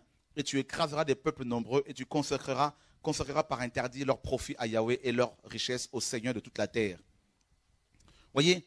Et c'est exactement ce qui va se passer. Et donc les nations vont se rassembler contre Israël. Et regardez ce que Joël 3 nous dit. Joël chapitre 3. Nous lisons à partir du verset 1er. Car voici, en ce temps-là, en ce jour-là, je ramènerai les captifs de Juda et de Jérusalem. Donc Dieu lui va ramener. Vous comprenez, non? Voilà. Il promet qu'après avoir été dispersés par l'homme impie, il va les ramener. Je rassemblerai toutes les nations et je le ferai descendre dans la vallée de Josaphat. Et là, j'entrerai en jugement avec elles à cause de mon peuple d'Israël, mon héritage, lequel ils ont dispersé parmi les nations. Parce qu'ils ont partagé entre eux mon pays. Eh bien, ils vont partager, Jérusalem sera partagé en deux, coupé en deux. Il y aura Jérusalem Est pour capitale de la Palestine et l'autre Jérusalem pour Israël. Pour votre information, selon les Écritures. Voilà pourquoi les nations disent qu'il faut à tout prix un État palestinien. Il y aura bel et bien un État palestinien, frères et sœurs. Voilà, avec pour capitale Jérusalem-Est. Joël en parle.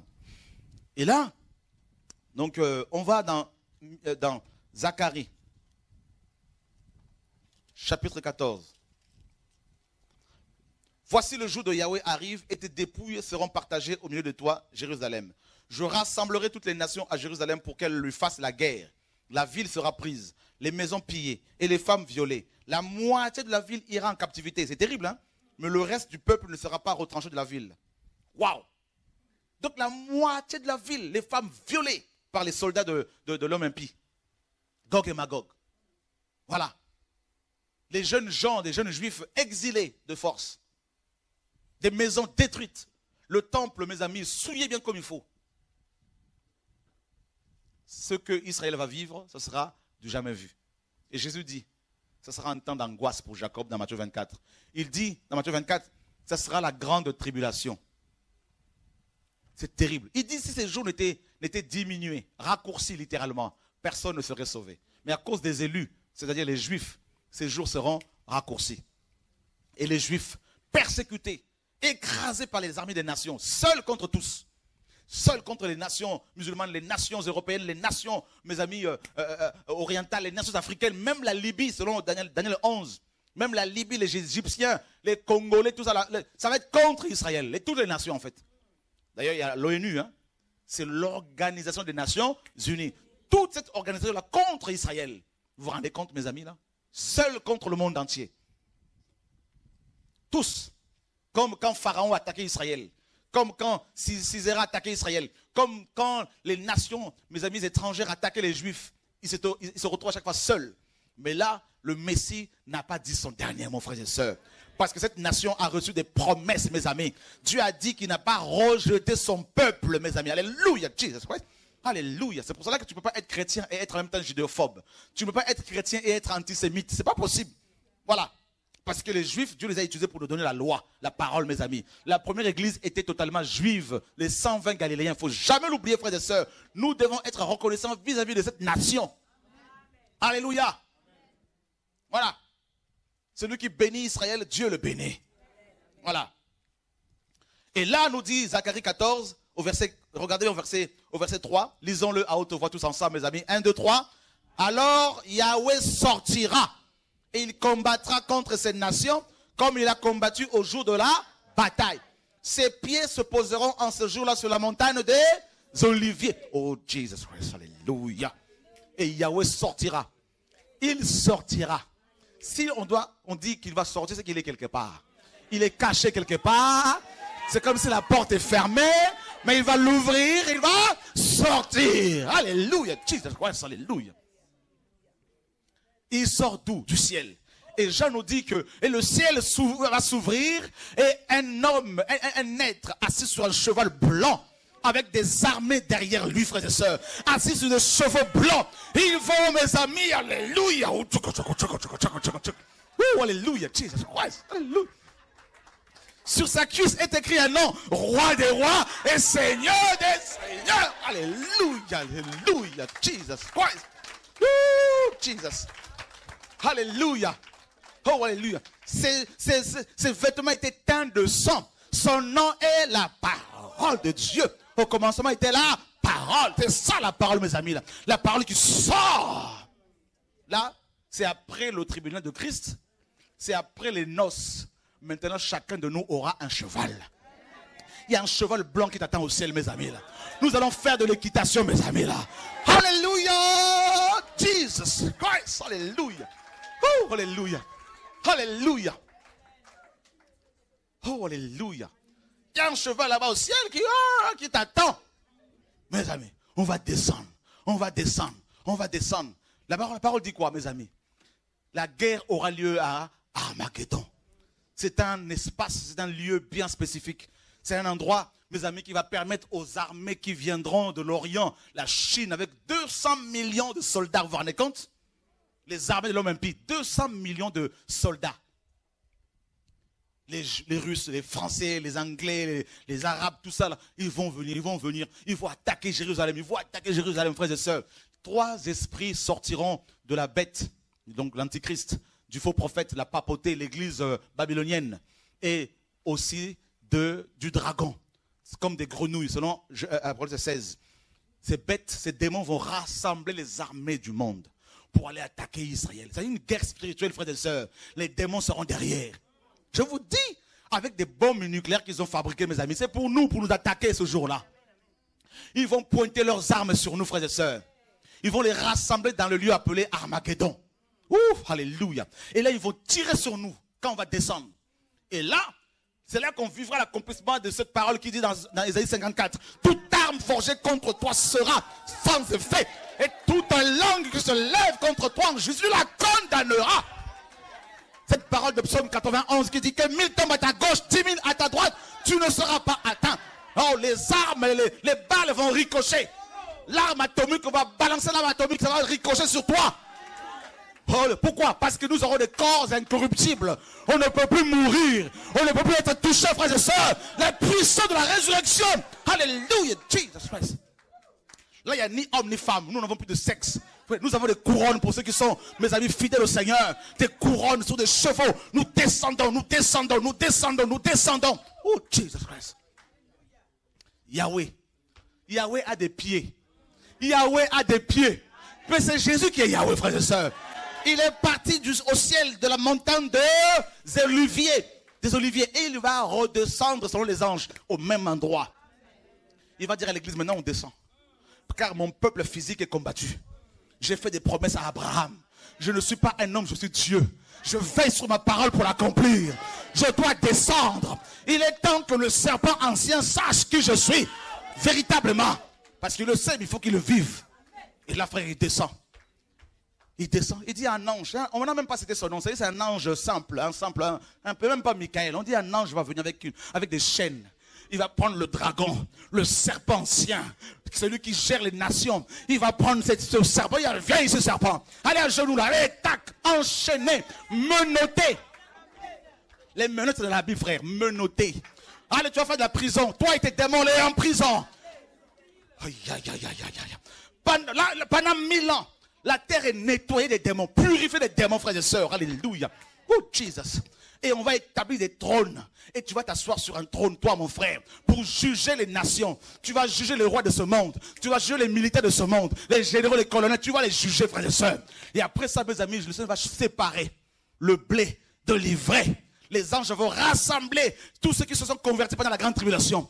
Mes amis, alléluia. Et le blé, les boucs, l'ivraie, les boucs, dans le feu éternel. Jetés dans le feu éternel.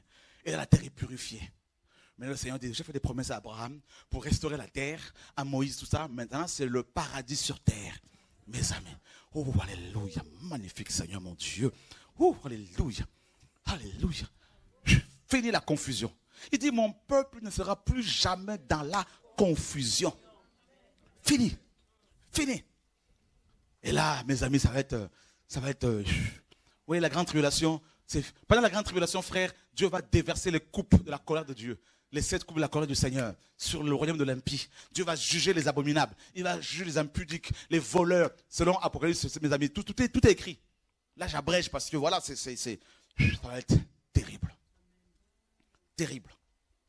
L'histoire se répète.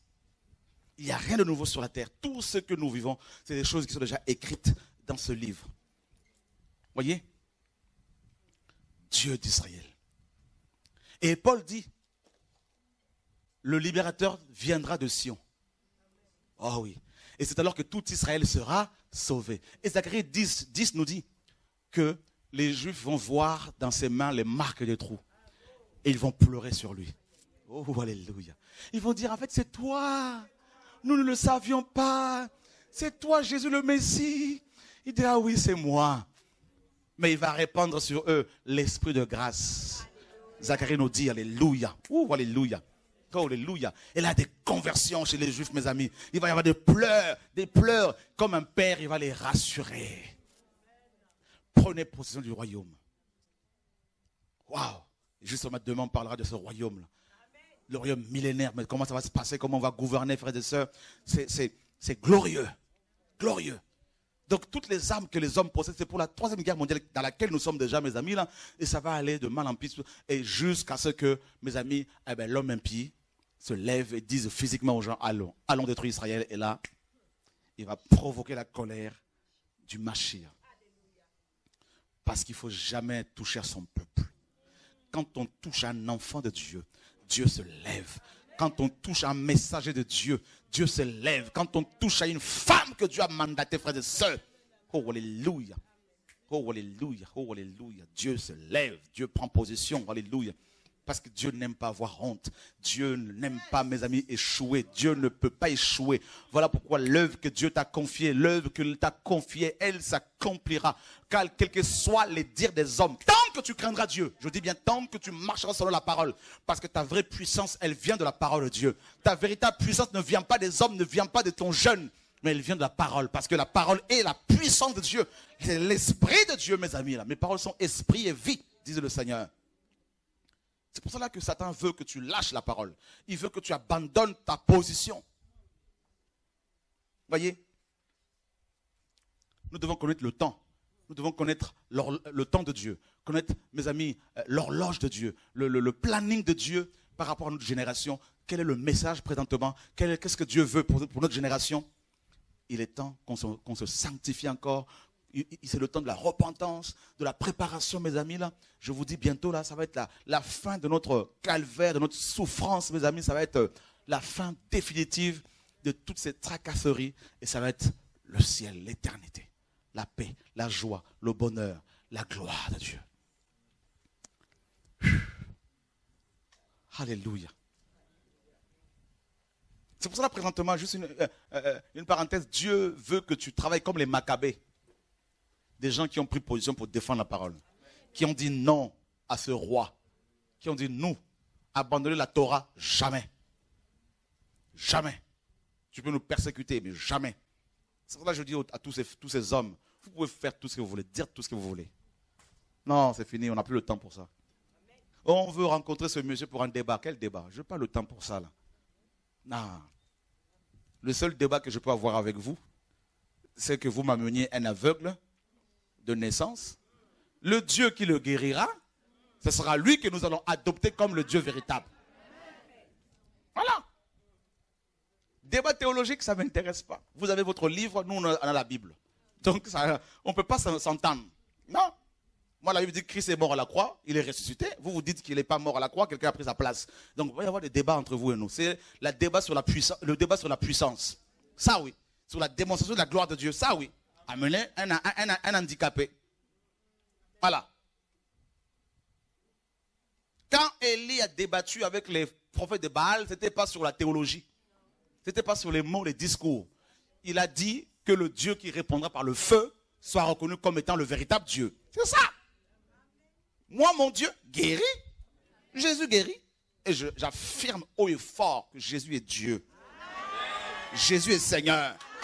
Qu'il n'y a pas d'autre Dieu que Jésus-Christ de Nazareth. Voilà. Qu'il est le Père, le Fils et le Saint-Esprit. Le roi des nations, l'homme de Galilée, le début et la fin, le commencement et la fin, l'alpha et l'oméga, oh, alléluia. Celui. Voilà.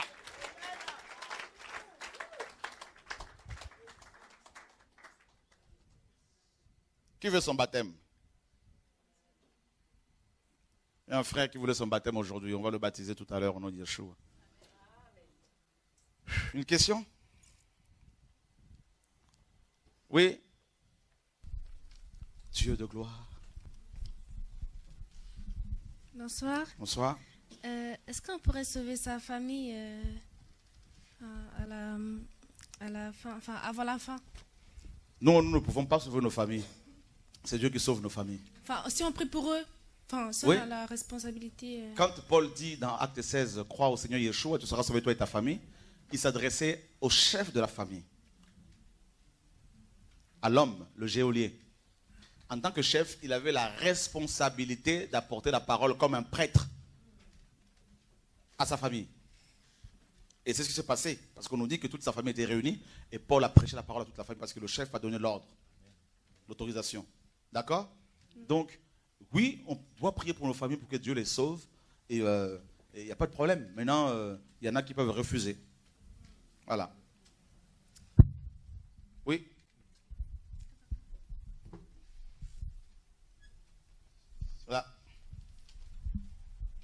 Vous avez découvert des choses que vous ne saviez pas. Gloire à Dieu. En fait, je voulais savoir, l'homme impie, c'est vraiment un homme ou c'est un esprit? L'homme impie, c'est vraiment un homme physique. Il a eu des archétypes, hein, comme Antiochus Épiphane, comme les Césars, voilà, comme la plupart des rois impies dans la Bible. Et ce sera un homme physique. C'est à la fois un système, le système politico-religieux, et un homme qui viendra comme le futur dirigeant de la terre. Avec une seule monnaie, une seule banque, c'est déjà le cas. Donc avec toutes les institutions, les agences notamment de l'ONU, et l'OMS, l'OMC, l'OTAN, tout ça là. Donc ce sera un homme qui est déjà sur terre. Mais on va pas, ne me demandez pas de vous dire qui c'est. Il est déjà là et il fonctionne et on va le présenter bientôt. Oui. Ici. Tu as parlé des noces de l'agneau pendant la grande tribulation. C'est bien ça? Sur terre, grande tribulation, là-haut, c'est les noces. Bah justement, moi je pensais que ça serait après avec les Juifs, dans la mesure où on a le tribunal du Christ et on a aussi le déversement des plaies. En fait, le tribunal de Christ, c'est le tribunal pour les chrétiens. Oui. Après l'enlèvement. Là, nous aurons des comptes à rendre au ciel par rapport à la gestion des dons, tout ça là. Tout à fait. Et après ce tribunal, selon 2 Corinthiens 10 et Romains 14, nous aurons des couronnes, ou pas. Oui. Voilà. Des récompenses. Et après le tribunal, c'est les noces. D'accord. Parce que la première résurrection concerne exclusivement les morts en Christ, selon 1 Thessaloniciens 4. Je pensais qu'on aurait fait, puisque l'enlèvement, parce qu'on est là-haut, concerne que le corps de Christ. Ouais. Et du coup, les Juifs qui reconnaîtront Jésus, mais ils ne feront pas les noces de l'agneau alors? Non, parce que les noces concernent l'épouse. Ok. Et présentement, l'épouse, c'est l'Église. Oui. Et même s'il y en a qui disent que c'est l'Israël. Israël, c'est la première épouse. Maintenant, après, quand Christ va revenir avec l'Église sur terre, il y aura aussi des banquets. Oui. Hein, avec Israël, avec tout le monde, là, Ok. dans le royaume. Donc ça, il n'y a pas de souci. Ok, Voilà. merci.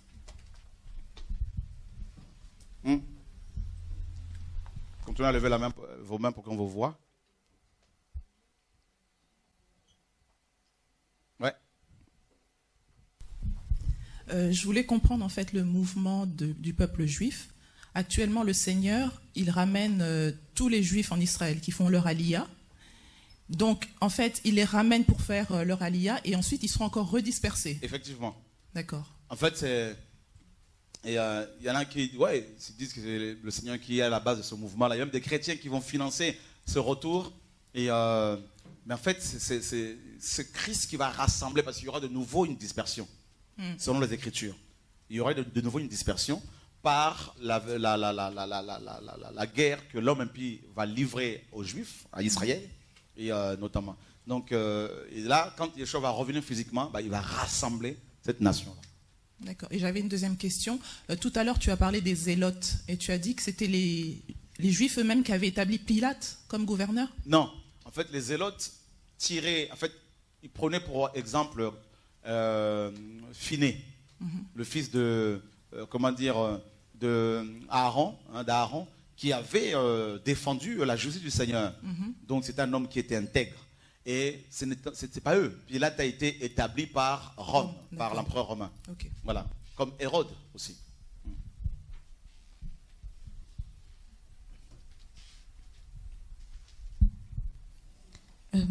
Moi, j'avais une question sur le passage de Daniel au chapitre 9 qu'on a lu. Au verset 27, il est dit « Et il confirmera l'alliance à plusieurs pour une semaine, et à la moitié de cette semaine, il fera cesser le sacrifice et l'offrande, puis par le moyen des ailes abominables qui causeront la désolation. » En fait, je voulais savoir à quoi il fait référence les ailes abominables ici. Tout simplement, c'est le mot exactement elle, mais tout simplement c'est l'abomination. Voilà, c'est l'idolâtrie. Voilà, donc c'est l'idolâtrie. Il va faire, il va établir, c'est une expression pour dire qu'il va établir, instaurer un culte idolâtre. Hein, donc les idoles dans le temple. Okay. Voilà. Merci.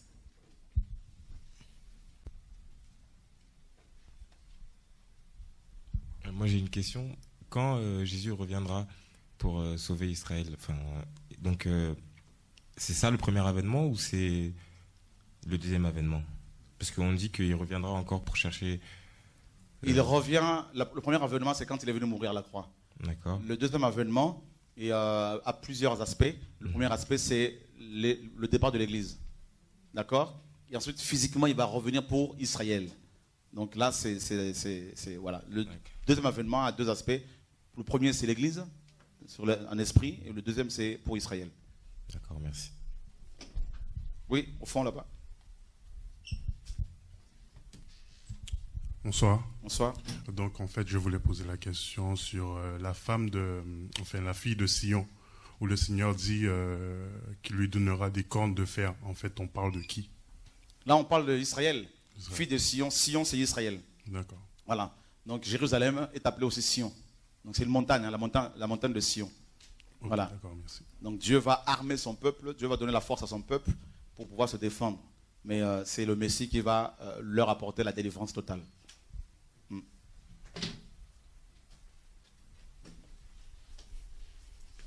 Vous avez vu à quel point les prophéties s'accomplissent. Là, à quel moment, à quel point Moïse a parlé, à quel point le Seigneur a utilisé Moïse pour donner des prophéties 1000 ans avant, qui vont se réaliser littéralement. Il a parlé des murailles, et ils ont eu des murailles que Nebuchadnezzar a détruites. Donc c'est terrible comment la parole est vraie. C'est terrible. On a besoin de tels enseignements, on a besoin de creuser dans la parole, on a besoin de se ressourcer, d'étudier la prophétie biblique. C'est la base de la marche chrétienne, la parole prophétique. Ça nous maintient, comme Pierre le dit dans 2 Pierre 1,19. Il dit, nous tenons pour d'autant plus certaine la parole prophétique à laquelle vous faites bien de prêter attention. La parole de prophète est ferme, comme une lampe qui brille dans un lieu obscur. Parce que là, le lieu obscur, c'est le monde. Il y a tellement la confusion qu'il nous faut la parole prophétique. Il nous faut des enseignements prophétiques pour nous situer dans le temps. Bonsoir. Bonsoir. C'est bon. En fait, je veux juste savoir, en fait, lors de l'enlèvement, est-ce qu'il va s'écouler un temps entre l'enlèvement et la grande tribulation? Ou est-ce que c'est instantané? Juste après l'enlèvement, c'est la grande tribulation, ou est-ce qu'il va s'écrouler un temps Ça, Dieu seul le sait, mais en tout cas, une chose sûre, Paul dit qu'avant que le Seigneur ne revienne, nous verrons l'abomination de la désolation, on verra la manifestation de l'homme impie. C'est-à-dire, on va... De toute façon, l'abomination, elle est déjà là. D'accord? Mais c'est sûr que Paul dit qu'il faut qu'on ait vu paraître l'homme impie. Donc, et là, il y a des choses, comme c'est en direct, il y a des choses à ne pas dire ici. L'impie se manifeste déjà, mais effectivement, ça va se faire certainement en un clin d'œil.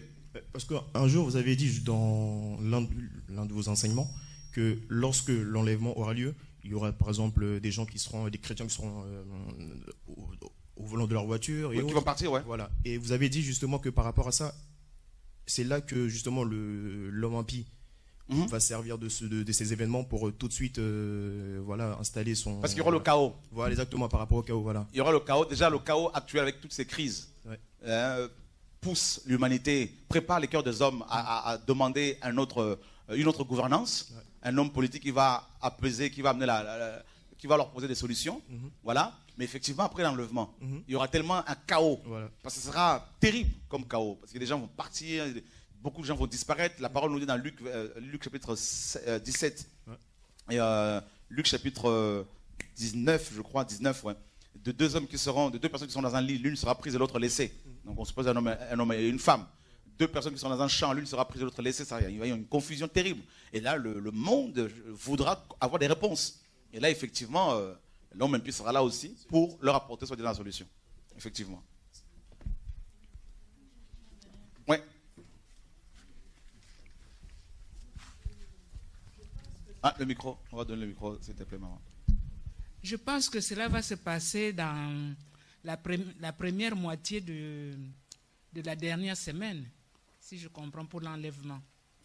Oui, l'enlèvement, en fait, il y a 7 ans. Oui. La première partie de ces 7 années, et l'homme impie va se présenter comme un homme pacifique, tout ça là, comme voilà.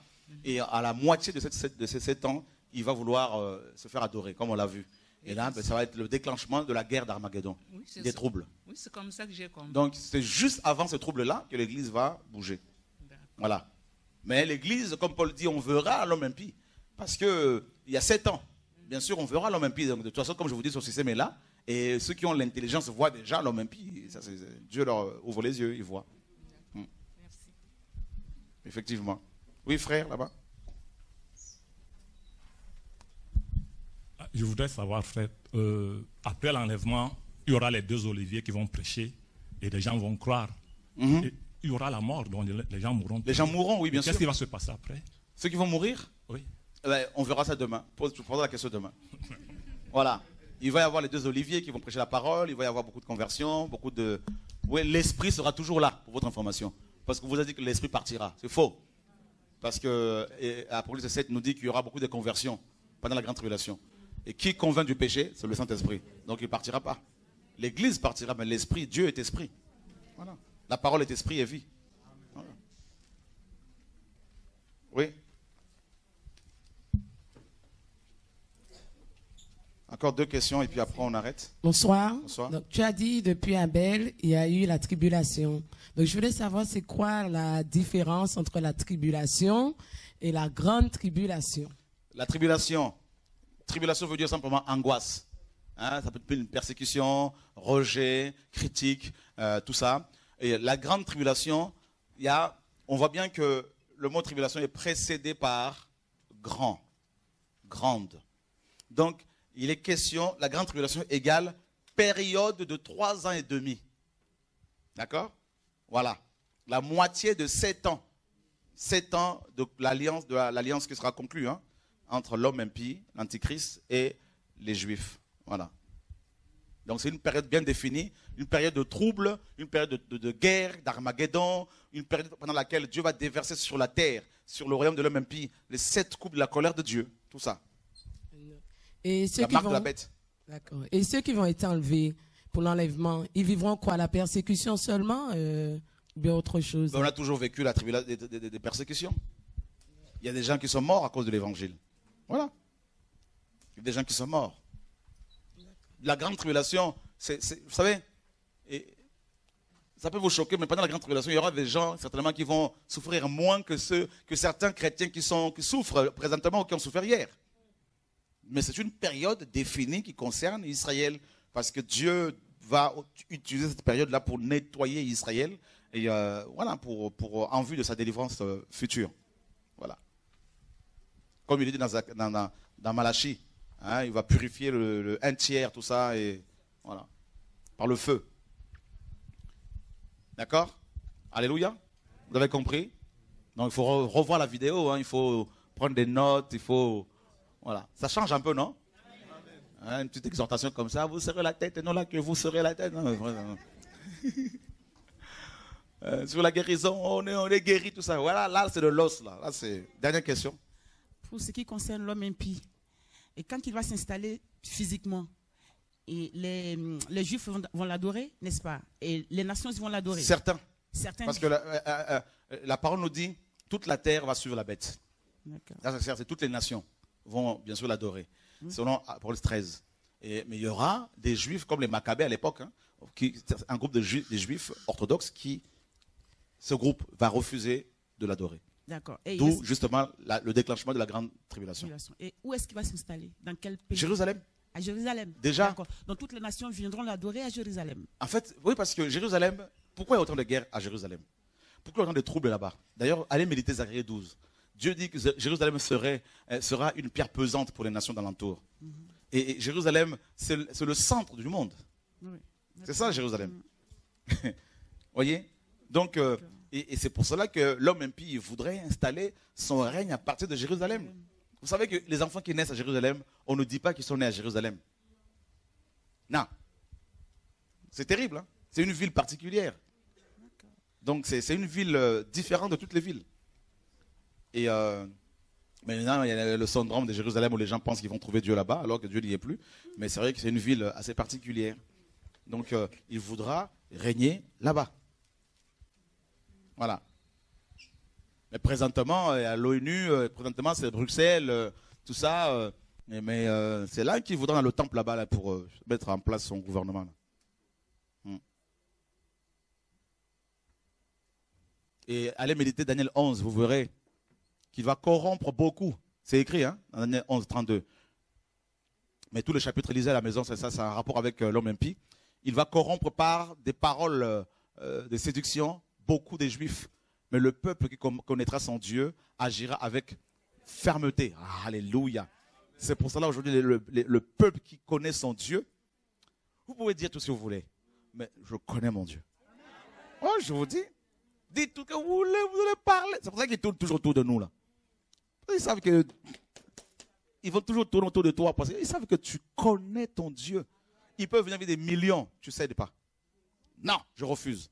Parce que je sais d'où je suis sorti. Paul disait, je sais en qui j'ai cru. Voilà. Gloire à Dieu. On a fini. Oui, frère. Bonsoir. Je voulais juste une précision par rapport au Milan. Parce qu'effectivement, on a détaillé les semaines. Demain, on va en parler. Ok, d'accord. Voilà. Est-ce que c'est comptabilisé? Oui. On va en parler demain. Donc, comme demain, on parlait du royaume millénaire. Et voilà. Que le Seigneur soit béni, mes frères et sœurs, vous qui êtes chez vous. Merci pour votre fidélité, pour vos prières. Et que le Seigneur soit béni. Donc, nous vous donnons rendez-vous demain à partir de 19h30, heure de Paris, pour la dernière soirée. Voilà. Seigneur, nous te rendons toute la gloire au nom de Yeshua. Garde-nous, conduis-nous par ton Saint-Esprit. Au nom de Jésus-Christ de Nazareth, Dieu d'Israël, béni soit ton nom au nom de Yeshua. Gloire à Dieu. Amen.